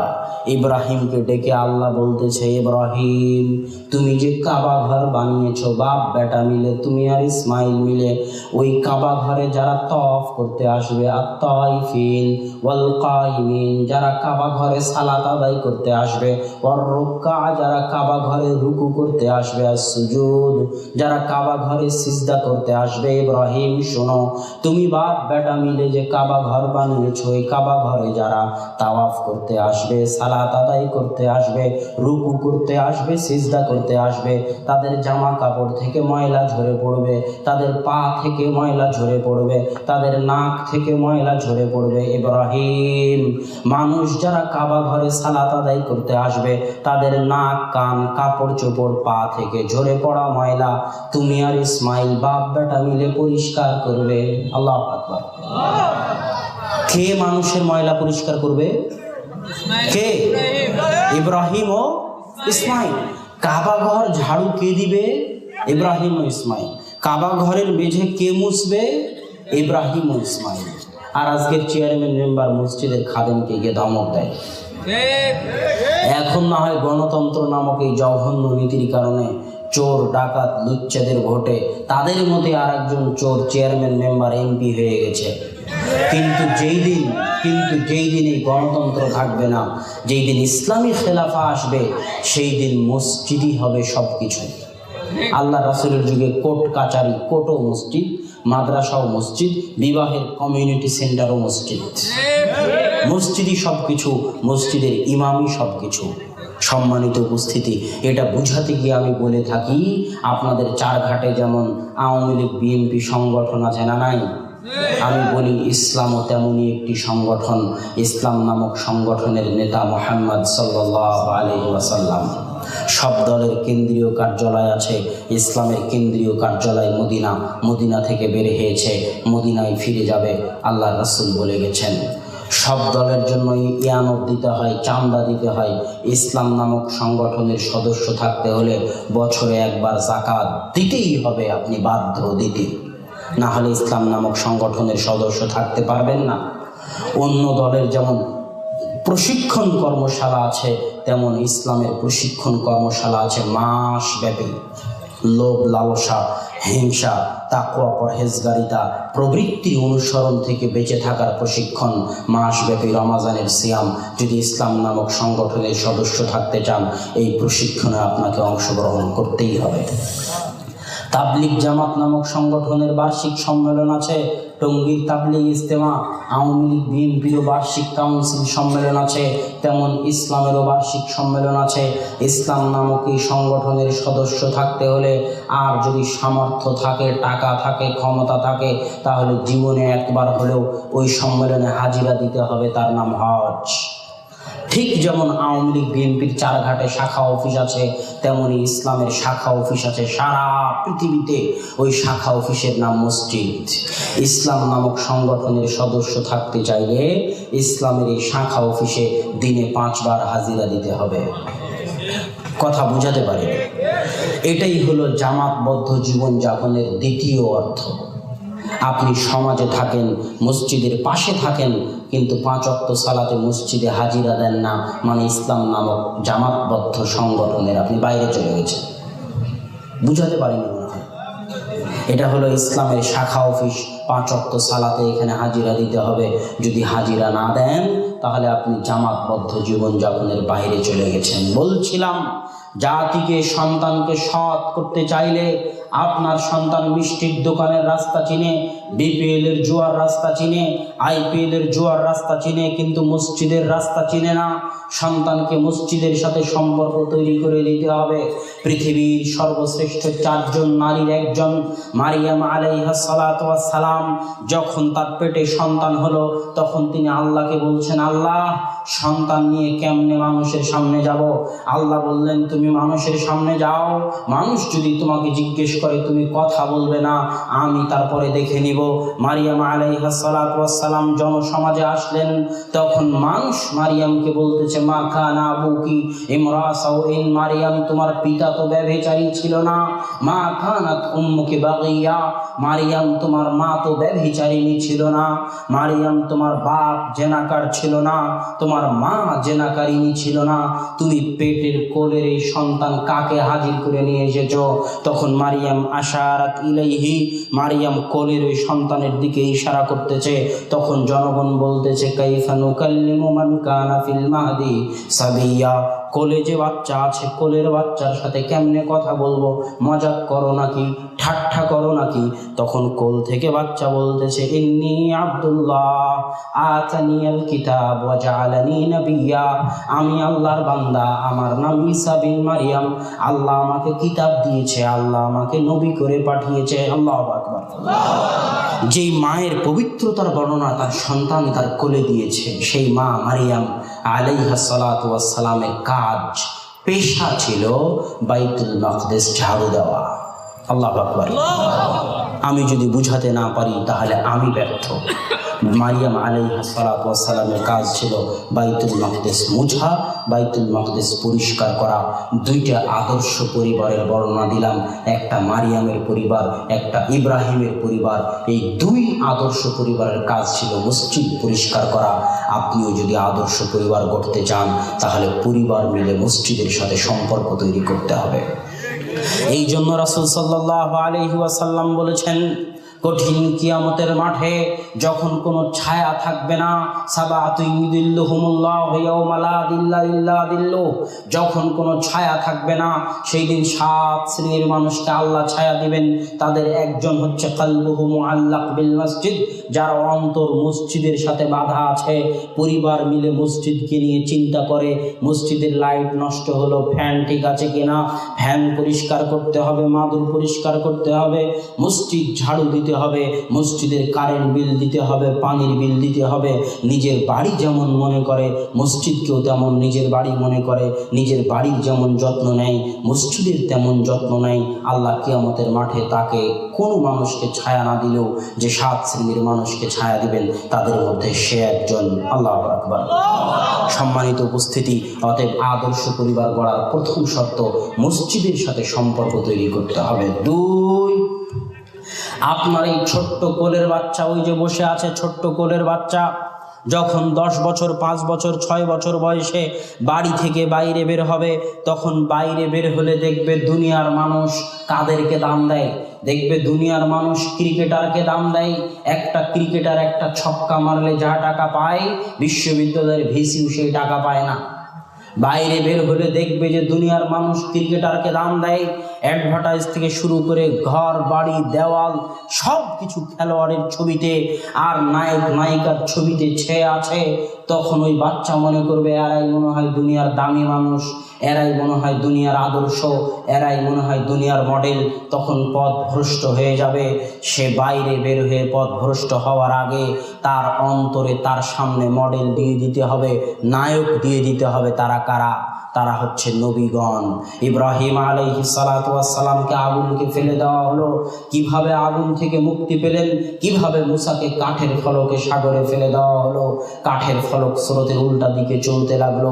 কিভাবে মুসাকে ফেরাউনের বাড়িতে আল্লাহ মানুষ করলেন, কিভাবে ফেরাউনকে ডুবিয়ে দিলেন, কিভাবে ইউসুফকে কুয়াতে ফেলে দিলেন, কুয়া থেকে তুলে রাজার বাড়িতে নিয়ে চলে গেলেন, সেখান থেকে জেলখানায় দিয়ে দিলেন অপবাদ দিয়ে, জেলখানা থেকে বের করে মন্ত্রী বানিয়ে দিলেন, সেখান থেকে বাপের কাছে ফেরত দিলেন। এই যে পৃথিবীর সর্বশ্রেষ্ঠ মানুষ যারা, এই নবীদের সাথে আপনার সন্তানকে পরিচিত করতে হবে। মুহাম্মদ সাল্লাল্লাহু আলাইহি ওয়াসাল্লামের জীবনের সাথে পরিচিত করতে হবে। আবু বকর, ওসমান, আলী, ওমর, ইমাম বুখারী, আহমদ বিন হাম্বল, নাসাই, তিরমিজি, আবু দাউদ, নাসরুদ্দিন আলবানী, ইবনে তাইমিয়া, হাফিজ ইবনে হাজার আসকালানী, এদের মতো মহান মহান ব্যক্তিদের জীবনীর সাথে পরিচিত করে তুলতে হবে। তাহলে আপনার সন্তান বাড়ি থেকে বের হলেও তাদেরকে আদর্শ মনে করবে, তাদেরকে মডেল মনে করবে, পথ ভ্রষ্ট হওয়ার সম্ভাবনা কমে যাবে। তাই সন্তানকে হাট্টিমা টিমটিম আগডুম বাগডুম আর টম অ্যান্ড জেরির আলতু ফালতু কিচ্ছা কাহিনী না শুনিয়ে সন্তানকে নবীদের কাহিনী শোনান, সালাফে সালেহিনের কাহিনী শোনান। ইনশাআল্লাহ আদর্শ সন্তান গড়ে তোলার দ্বিতীয় মাধ্যম, আদর্শ সন্তান গড়ে তোলার তৃতীয় মাধ্যম হচ্ছে, আদর্শ সন্তান গড়ে তোলার তৃতীয় মাধ্যম হচ্ছে সন্তানকে আদব কায়দা আপনি শিখাবেন। মসজিদের ইমাম নয়, মাদ্রাসার হুজুর নয়, মক্তবের ওস্তাদ নয়, বাড়িতে ঢুকলে সালাম দিতে হয়, বাড়ি থেকে বের হলে সালাম দিতে হয়, খাবারের শুরুতে বিসমিল্লাহ বলতে হয়, শেষে আলহামদুলিল্লাহ বলতে হয়, বা গাড়িতে উঠলে এই দোয়া পড়তে হয়, বাড়ি থেকে বের হলে এই দোয়া পড়তে হয়, ডান হাতে খেতে হয়, পাশ থেকে খেতে হয়, সালাত এইভাবে আদায় করতে হয়, সালাতে এই দোয়া পড়তে হয়। এগুলো আপনি আপনার সন্তানকে শিখাবেন। এর সবচেয়ে বড় উপকার, সবচেয়ে বড় ফজিলত, সবচেয়ে বড় ফজিলত, সবচেয়ে বড় উপকার হচ্ছে আপনার এই সন্তান পৃথিবীতে যতদিন বিচরণ করবে ততদিন যতবার সালাম দিবে, যতবার সালাত আদায় করবে, যতবার বিসমিল্লাহ বলবে, যতবার ডান হাত দিয়ে খাবে, যতবার সূরা ফাতিহা পড়বে, যতবার কোরআন পড়বে, আপনি কবরে বসে তার নেকি পেতে থাকবেন। আল্লাহু আকবার। আপনি এত বড় নেকি মসজিদের ইমামকে কেন দিবেন আর মাদ্রাসার হুজুরকে কেন দিবেন? এটা হচ্ছে সন্তানকে সৎ হিসেবে গড়ে তোলার দ্বিতীয় মাধ্যম, যে সন্তানকে আদব কায়দা আপনি শিখাবেন। বলবেন সন্তানকে আদব শিখাতে গেলে সন্তান কথা শোনে না, মেয়ে আমার কথা শোনে না। কত অভিভাবকের অভিযোগ নেবেন, এখানে অভিভাবকরা বসে আছে, কত অভিভাবকের অভিযোগ নেবেন যে সন্তান আমার কথা শোনে না। আমি আপনাকে বলতে চাই, আপনার মধ্যে ব্যক্তিত্ব নাই, আপনার মধ্যে ভারাত্ব নাই, এই জন্য আপনার সন্তান আপনার কথা শোনে না। একটা পরিবারের বর্ণনা আপনাকে দিই, সেই পরিবারের পিতার বর্ণনা আপনাকে দিই। আয়েশা রাদিয়াল্লাহু তাআলা আনহা বলতেছেন, কুন্না রাজআনা মিন গাজওয়াতিন, আমরা একটি যুদ্ধ থেকে ফিরছিলাম, সাকাতাতলি কিলাদাতুন, আমার গলার হার হারিয়ে গেল। এমন সময় হারিয়ে গেল যখন সালাতের সময়, এমন জায়গায় হারিয়ে গেল যেখানে পানি পাওয়া যায় না, আর তায়াম্মুমেরও বিধান অবতীর্ণ হয়নি যে মাটিতে তায়াম্মুম করে মানুষ সালাত আদায় করবে। মানুষ বড় বিপদে, জাতি বড় বিপদে। আমার পিতা যখন আমার তাঁবুতে প্রবেশ করতেছে, তখন আমার স্বামী মুহাম্মদ সাল্লাল্লাহু আলাইহি ওয়াসাল্লাম আমার উরু রানের উপর মাথা দিয়ে শুয়ে আছেন। ফালাকাজানি লাকজাতান শাদীদা, আমার পিতা আবু বকর বাড়িতে প্রবেশ করে আমাকে এমন জোরে মারলেন, এমন জোরে আঘাত করলেন, যদি আমার স্বামী মুহাম্মদ সাল্লাল্লাহু আলাইহি ওয়াসাল্লাম আমার উরু রানের উপর মাথা দিয়ে শুয়ে না থাকতেন, তাহলে আমার পিতার মারের চোটে আমি ছিটকে পড়ে যেতাম। এই হাদিস দিয়ে যেটা বোঝাতে চাচ্ছি, পৃথিবীর সর্বশ্রেষ্ঠ রাসূল হচ্ছে মুহাম্মদ সাল্লাল্লাহু আলাইহি ওয়াসাল্লাম, তিনি এখানে জামাই। পৃথিবীর সর্বশ্রেষ্ঠ নাবী জামাইয়ের সামনে, নবীদের পরে পৃথিবীর সর্বশ্রেষ্ঠ মানুষ হচ্ছেন আবু বকর, পৃথিবীর সর্বশ্রেষ্ঠ মানুষ আবু বকর। এই ঘটনায় হচ্ছেন শ্বশুর, পৃথিবীর সর্বশ্রেষ্ঠ মানুষ শ্বশুরে, সর্বশ্রেষ্ঠ নবী জামাইয়ের সামনে পৃথিবীর সর্বশ্রেষ্ঠ চারজন নারীর একজন মুহাদ্দিসা, ফাকিহা, মুফাসসিরা, ডাক্তার, কবি, সাহিত্যিক, জ্ঞানী, পণ্ডিত, বিদুষী আয়েশা রাদিয়াল্লাহু তাআলা আনহাকে মারতেছেন, বাপে মারতেছেন, বিবাহিতা বেটিকে মারতেছেন, সর্বশ্রেষ্ঠ মানুষে মারতেছেন, সর্বশ্রেষ্ঠ নারীকে মারতেছেন, সর্বশ্রেষ্ঠ শ্বশুরে মারতেছেন, সর্বশ্রেষ্ঠ জামাইয়ের সামনে মারতেছেন, বিবাহিতা বেটিকে মারতেছেন, হাজারো জনগণের সামনে মারতেছেন। এর নাম পিতা। আর আপনি আপনার সন্তানকে সালাতের জন্য মারতে পারেন না, মেয়েকে পর্দার জন্য মারতে পারেন না। আপনার মতো পিতার দুনিয়াতে বেঁচে থাকার চাইতে মরে যাওয়াই ভালো। আপনি পিতা নামের কলঙ্ক, আপনার স্ত্রী মা নামের কলঙ্ক। পিতা হতে হবে আবু বকরের মতো, পিতা হতে হবে ইব্রাহিমের মতো। সংসার এমনিতেই কন্ট্রোলে থাকবে, সংসার এমনিতেই নিয়ন্ত্রণে থাকবে। সম্মানিত উপস্থিতি, আলোচনার এই পর্যায়ে এসে বলতে চাই, সন্তানকে সৎ রূপে গড়ে তোলার এক, সন্তানকে মসজিদের সাথে সম্পর্ক তৈরি করে দিন। 2, সন্তানকে আগডুম বাগডুম, আম পাতা জোড়া জোড়া, মারবো চাবুক, চড়বো ঘোড়া, টম অ্যান্ড জেরি, আলতু ফালতু কেচ্ছা কাহিনী থেকে দূরে রেখে নবীদের কাহিনীর সাথে পরিচিত করে তুলুন। 3, সন্তানকে আদব কায়দা, শিষ্টাচার, সালাত আপনি শিখান। 4, সন্তানকে সর্বপ্রথম যে শিক্ষা দিবেন সেই শিক্ষা হবে কোরআনের শিক্ষা। আরবি ভাষা শিক্ষা গ্রহণ করা মুসলমানের জন্য ফরজ। মুসলমান যেই দেশে গেছে সেই দেশের ভাষা আরবি হয়ে গেছে। শুধু Bharat, Pakistan, Bangladesh, Iran, Malaysia, Indonesia বাদে ইসলাম যে দেশে গেছে সেই দেশের ভাষা আরবি হয়ে গেছে। স্পেন নামে একটা দেশ আছে, নাম শুনেছেন?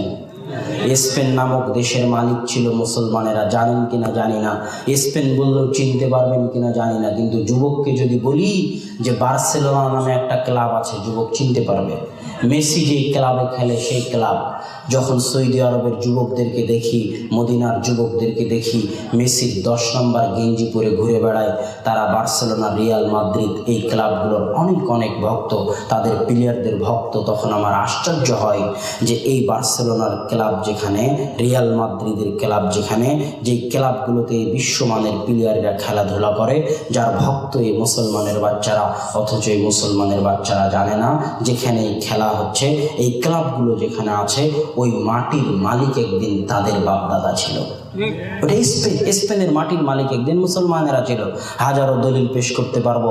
তাফসিরে কুরতুবী নামে একটা তাফসির গ্রন্থ আছে, যার লেখক ইমাম কুরতুবী, আরবিতে বলা হয় কুরতুবা, ইংরেজিতে বলা হয় কর্ডোভা। তিনি স্পেনের ইমাম। ইবনে আব্দুল বার 463 হিজরিতে মারা গেছেন।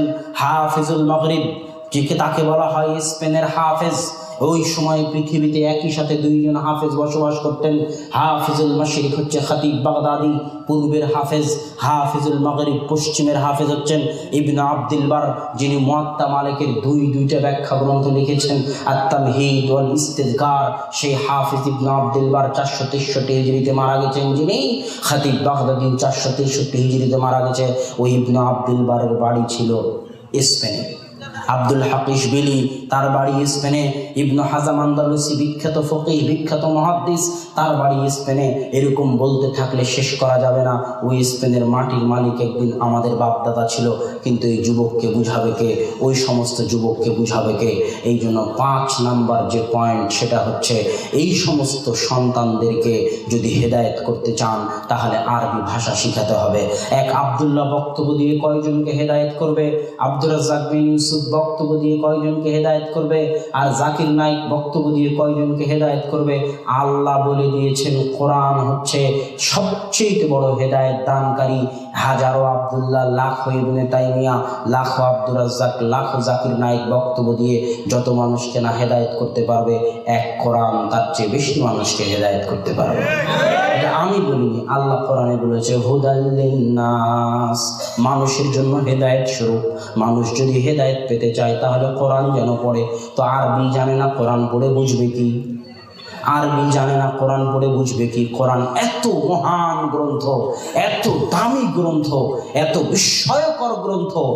আরবি জানে, আরবি অর্থ বুঝে, কোরআন পড়বে, আর কোরআন তার হৃদয়ে আঘাত করবে না, হৃদয় গলিয়ে চোখ দিয়ে পানি আনবে না, এটা হতে পারে না।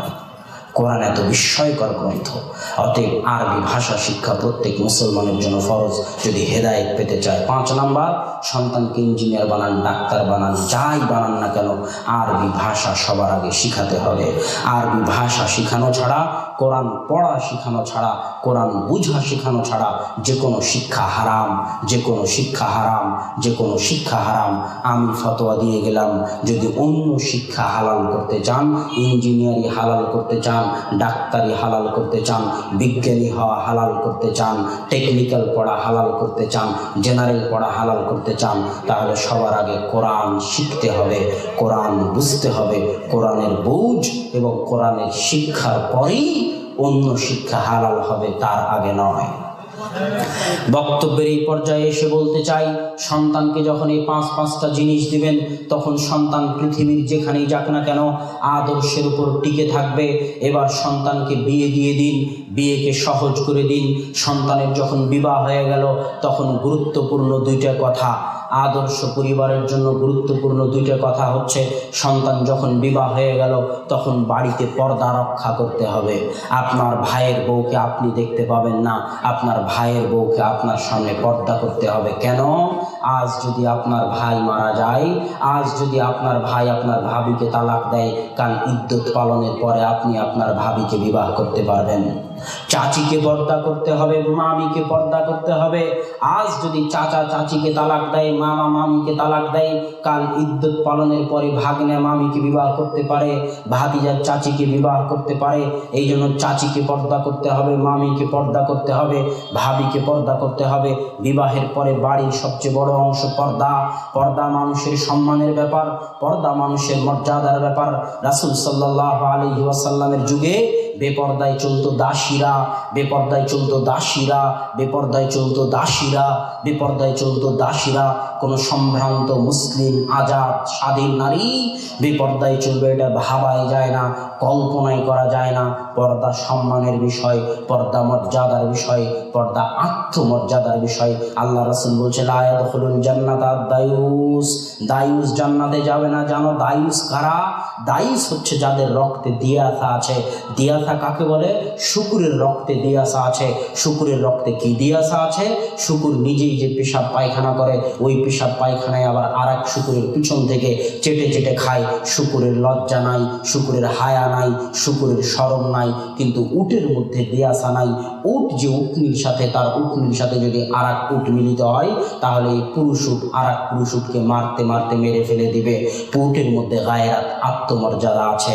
আপনি যদি আপনার স্ত্রী বেপর্দা হয়ে চলে, মহারানা দিয়ে আপনি বিয়ে করেছেন, আপনার সামনে আপনার স্ত্রী আর একজনের সামনে হেসে হেসে কথা বলে, আপনার মেয়ে আপনার খেয়ে আপনার পরে আপনার বাড়িতে চলে প্রেমে লিপ্ত হয়, বেপর্দায় রাস্তাঘাটে চলাফেরা করে, এই সুযোগ যদি আপনি দেন, তাহলে দুইটার একটা হয়, আপনার রক্ত নাই, সব রক্ত শুকুরের রক্ত হয়ে গেছে, সব রক্ত পুজ হয়ে গেছে, সব রক্ত শুকুরের রক্ত হয়ে গেছে, সব রক্ত পুজ হয়ে গেছে। যদি আপনার শরীরে রক্ত থাকে, আপনার ভেতরে আত্মমর্যাদা থাকে, তাহলে আপনি আপনার বাড়িতে বেহায়াই, বেলেল্লাপনা, নগরতা, বেহায়াপনার সুযোগ দিতে পারেন না। এটাই আল্লাহ রাসূল বলছেন যে তার বাড়িতে বেহায়াই সুযোগ দিল, বেপর্দার সুযোগ দিল, লজ্জাহীনতার সুযোগ দিল, সে জান্নাতে যেতে পারে না, সে জান্নাতে যেতে পারে না, সে জান্নাতে যেতে পারে না। অতএব আপনি আপনার কলার খুলে দেখুন, আপনার মধ্যে আত্মমর্যাদা আছে কিনা, আপনার শরীরে রক্ত আছে কিনা, গায়রাত আছে কিনা। উপস্থিত মা এবং বোনদেরকে বলতে চাই, পর্দা তোমার সম্মান, পর্দা তোমার দাম। পর্দা যখন নাই, তখন তুমি পণ্য। পণ্য মানে বাজারে যা বিক্রি হয়, যার দরদাম করা হয়, উট গম চালের দরদাম করা হয়, ধান হাঁড়ি পাতিলের দরদাম করা হয়। একজন মুসলিম মা এবং বোনের দরদাম করা যায় না, আদম সন্তানের দরদাম করা যায় না। এই জন্য আদম সন্তানের চুল বিক্রি করা হারাম, আদম সন্তানের কিডনি বিক্রি করা হারাম। আদম সন্তান বিক্রিযোগ্য জিনিস নয়। রক্ত দান করে দাও, কিডনি দান করে দাও, কিন্তু রক্ত বিক্রি করিও না, কেননা আদম সন্তানের অঙ্গ বিক্রি করলে তার মানহানি হয়। অতএব মা এবং বোন, আপনি যখন পর্দা করেন না, তখন আপনি পণ্যে পরিণত হন, বিক্রিযোগ্য জিনিসে পরিণত হন। বিমানের যে বিমানবালা আছে তাদেরকে সুন্দরী হতে হয়, রিসেপশনে যে মেয়ে আছে তাকে সুন্দরী হতে হয়, অ্যাডভার্টাইজে যে মেয়ে আছে তাকে সুন্দরী হতে হয়, শোরুমে গাড়ি বিক্রি করতেছে ওই মেয়েকে সুন্দরী হতে হয়। সে তার চেহারা বিক্রি করে টাকা ইনকাম করে, সে তার চেহারাকে পণ্যদ্রব্য বানিয়েছে। অতএব পর্দা হচ্ছে আপনার দাম, পর্দা আপনার মূল্য, পর্দা আপনার মর্যাদা, পর্দা আপনার সম্মান। এই মর্যাদাকে অনুভব করার চেষ্টা করুন। বাড়িতে বেহায়াই, বেপর্দার সুযোগ দিবেন না। এবার আদর্শ পরিবারের সর্বশেষ বৈশিষ্ট্য, আদর্শ পরিবারের সর্বশেষ বৈশিষ্ট্য, আদর্শ পরিবারের সর্বশেষ বৈশিষ্ট্য, বাপ সন্তানকে মানুষ করে দিল, সন্তানকে বিয়ে দিয়ে দিল, বাড়িতে এখন পর্দা চলে, বাড়িতে এখন ইসলামী শরিয়া চলে। এখন এই আদর্শ পরিবারের শেষ বৈশিষ্ট্য হচ্ছে এই সন্তান তার পিতামাতার খেদমত করবে, তার পিতামাতার সেবা করবে, পিতামাতার কথা মেনে চলবে। আল্লাহ রাসূল বলতেছে, আল্লাহ রাসূলের যুগে বহু সাহাবী আল্লাহ রাসূলের কাছে জিহাদের অনুমতির জন্য এসেছে, জিহাদ করতে চায়। একটা দুইটা ঘটনা নয়, 6, 7, 10টা ঘটনা। সবাইকে আল্লাহ রাসূল বলেছে, বাড়িতে মা আছে, বাড়িতে বাপ আছে? হ্যাঁ, বাড়িতে মা বাপ আছে। তাহলে জান্নাত খুঁজতে আর জিহাদের মাঠে আসা লাগবে না, জান্নাত বাড়িতেই আছে। আল্লাহু আকবার। রাসূল সাল্লাল্লাহু আলাইহি ওয়াসাল্লাম বলছেন, রাগিমা আনফু রাজুলিন, ওই ব্যক্তির নাক ধুলায় ধূসরিত হোক, ওই ব্যক্তির নাক ধুলায় ধূসরিত হোক, ওই ব্যক্তির নাক ধুলায় ধূসরিত হোক, যে তার বাড়িতে তার পিতা মাতাকে বৃদ্ধ অবস্থায় পেল, অথচ জান্নাতে যেতে পারলো না। যে তার বাড়িতে তার পিতা মাতাকে বৃদ্ধ অবস্থায় পেল অথচ জান্নাতে যেতে পারলো না, তার চেয়ে ব্যর্থ, তার চেয়ে হতভাগা আর পৃথিবীতে নাই। পিতামাতার দোয়া, পিতামাতার খিদমতের গুরুত্ব এত বেশি, ফজিলত এত বেশি, ফজিলত এত বেশি। দুটো ঘটনা বলে আপনাদেরকে শেষ করতে চাচ্ছি। পিতামাতার ফজিলত, পিতামাতার খিদমতের ফজিলত এত বেশি যে বনী ইসরাইলের 3 জন ব্যক্তি ঝড়ে আটকা পড়ে গেল, গুহায় মুখে পাথর চলে আসলো।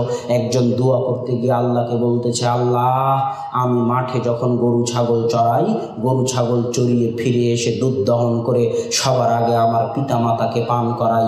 একদিন এসে দেখি আমার পিতামাতা ঘুমিয়ে গেছে। আমি দুধ নিয়ে পিতামাতার মায়ের মাথার কাছে দাঁড়িয়ে থাকি, আমার সন্তানেরা কান্নাকাটি করতে থাকে। সকাল হয়ে যায়, সকালবেলা যখন পিতামাতা ঘুম ভাঙে তখন সবার আগে পিতামাতাকে দুধ দেই, তারপরে স্ত্রী সন্তানকে দুধ দেই।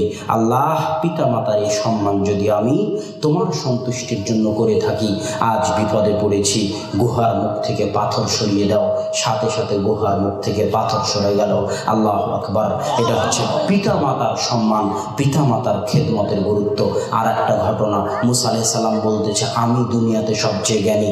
আল্লাহ বলতেছে মুসা, জিনা আমার আর একজন জ্ঞানী বান্দা আছে, তার নাম খিজির। তুমি মাছ ভেজে নাও, মাছ ভেজে চলতে থাকো, মাছ যেখানে চলে যাবে ওখানে খিজিরকে পাবে। খিজিরকে পাওয়া গেল, কাপড় মুড়ি দিয়ে শুয়েছিলেন। আসসালামু আলাইকুম, কে? তো আমি মুসা, আল্লাহর নবী, আপনার কাছে জ্ঞান শিখতে এসেছি। তুমি আমার সাথে থাকতে পারবে না? থাকতে হলে জিজ্ঞাসা করা হবে না। ঠিক আছে, জিজ্ঞাসা করব না। ঘটতে ঘটতে 3টে ঘটনা ঘটে গেল। 3টে ক্ষেত্রে মুসা আলাইহিস সালাম জিজ্ঞাসা করলেন। শেষ ঘটনা ছিল গ্রামে গিয়ে গ্রামের মানুষের কাছে খেতে চাইলেন, গ্রামের মানুষ খেতে দেয়নি। ওই গ্রামে একটা ভাঙ্গা দেওয়াল ছিল, ভাঙ্গা ঘর ছিল। খিজির মুসাকে বললেন চলো ঘরটা ঠিক করে দেই। মুসা বললেন যেই গ্রামের মানুষ খেতে দিল না ওই গ্রামের মানুষের আবার ঘর ঠিক করে দেবো? গ্রামের মানুষকে তো বলতে পারি এই ঘর ঠিক করে দেওয়ার বিনিময়ে তোমরা খেতে দাও। তখন খিজির বললেন হাদা ফিরাকুম বাইনি ওয়া বাইনাক, তোমাকে বলেছিলাম জিজ্ঞেস করবে না, তুমি জিজ্ঞেস করেছো, এটাই তোমার সাথে আমার বিচ্ছিন্নতা। তবে বিচ্ছিন্ন হওয়ার আগে তোমাকে বলে যাই কেন এই কাজ করলাম। শোনো, আজকে যে দেওয়াল আমি ঠিক করতে যাচ্ছি, এই দেওয়ালের মালিক হচ্ছে 2 জন এতিম সন্তান। ওয়া কানা আবুহুমা সালিহা, এই 2 জন এতিম সন্তানের পিতামাতা ছিল সৎ। এই 2 জন এতিম সন্তানের পিতামাতা ছিল নেককার। এই 2 জন এতিম সন্তানের পিতামাতা ছিল পরহেজগার। ওই নেককার, পরহেজগার, তাকওয়াবান পিতামাতা দোয়া করে গেছে, এতিম সন্তানের জন্য ধন সম্পদ রেখে গেছে। ওই ধন সম্পদ এই দেওয়ালের নিচে আছে। ওই রেখে যাওয়া সৎ পিতামাতার দোয়ার বরকতে, সৎ পিতামাতার তাকওয়া পরহেজগারিতা, সন্তানদের জন্য রেখে যাওয়া ওই আমানতকে হেফাজত করার জন্য আল্লাহ নবীকে পাঠিয়ে দিলেন। আল্লাহু আকবার। শুধু সৎ পিতামাতার দোয়ার কারণে, পিতামাতার যদি দোয়া থাকে আপনি তো বাঁচবেন, আপনার 7 পুরুষ বেঁচে যাবে। যদি পিতামাতার দোয়া থাকে, বাপ মা দোয়া করে গেছে, তাই এতিমের সন্তান হেফাজত করতে আল্লাহ নবী পাঠিয়ে দিয়েছেন। অতএব আদর্শ পরিবারের শেষ বৈশিষ্ট্য হচ্ছে পিতামাতার যতক্ষণ হায়াত আছে ততক্ষণ পিতামাতাই জান্নাত, পিতামাতাই জাহান্নাম। পিতামাতার সন্তুষ্টি জান্নাত, পিতামাতার অসন্তুষ্টি জাহান্নাম। পিতামাতার সেবা করতে হবে, পিতামাতার খেদমত করতে হবে, পিতামাতার দোয়া নিতে হবে। আল্লাহ সুবহানাহু ওয়া তাআলা আমাদেরকে একটি আদর্শ পরিবার গড়ে তোলার তৌফিক দান করুক। আল্লাহুম্মা আমিন।